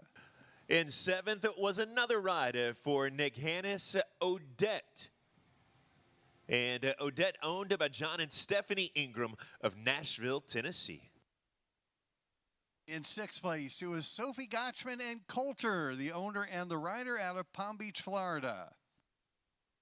In 5th, Caroline Ingalls of Rancho Santa Fe with Concerto, the 2024 WCHR Horse of the Year. To our top 4, in 4th place, it's Patricia Griffith on the Hallowell Lane Farms entry out of Greenwich, Connecticut, Divine Romance. In 3rd is Cheryl Olston's Lafitte de Muse, shown by Amanda Steege. Finishing in 2nd, 6-time champion of the class, Tori Colvin on Meredith Lipke's entry Paradigm on a score of 90.499.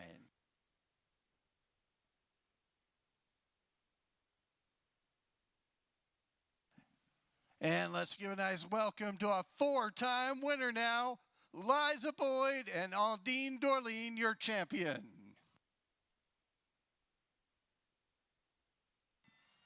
$91.24 is the total score for Liza Boyd and Aldine Dorleen, your 2025 Palm Beach Spectacular winner for the 4th time.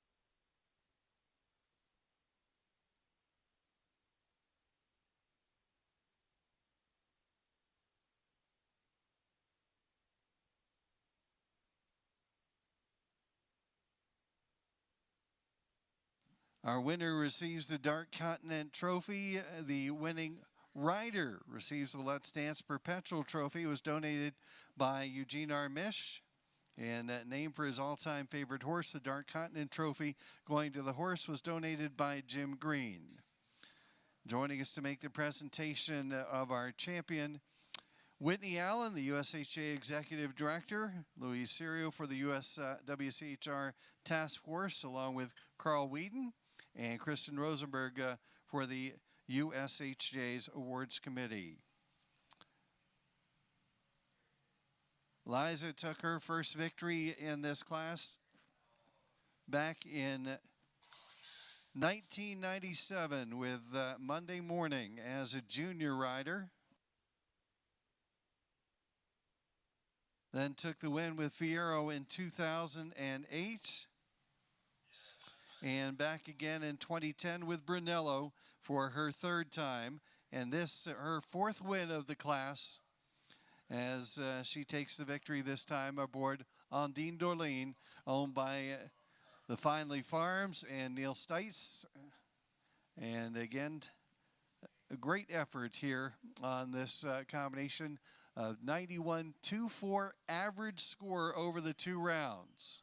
First round of a 91.33, a 91.16 for that 91.24 average score. and the victory for our 2025 edition of the class.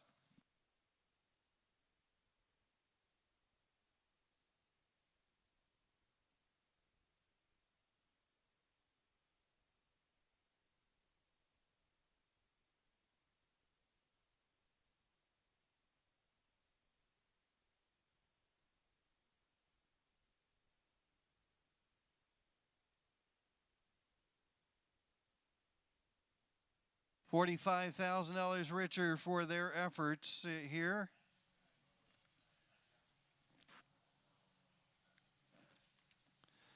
Custom embroidered jacket to the rider, owner, trainer, and groom. The embroidered cooler custom made for the winning horse.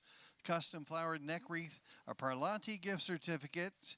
A certificate as well for a show shirt from Essex Classics to our winner. The winning trainer and groom each receive a $500 cash award. And we'll step up, we'll welcome in our reserve champion, earning $33,000 for their efforts tonight.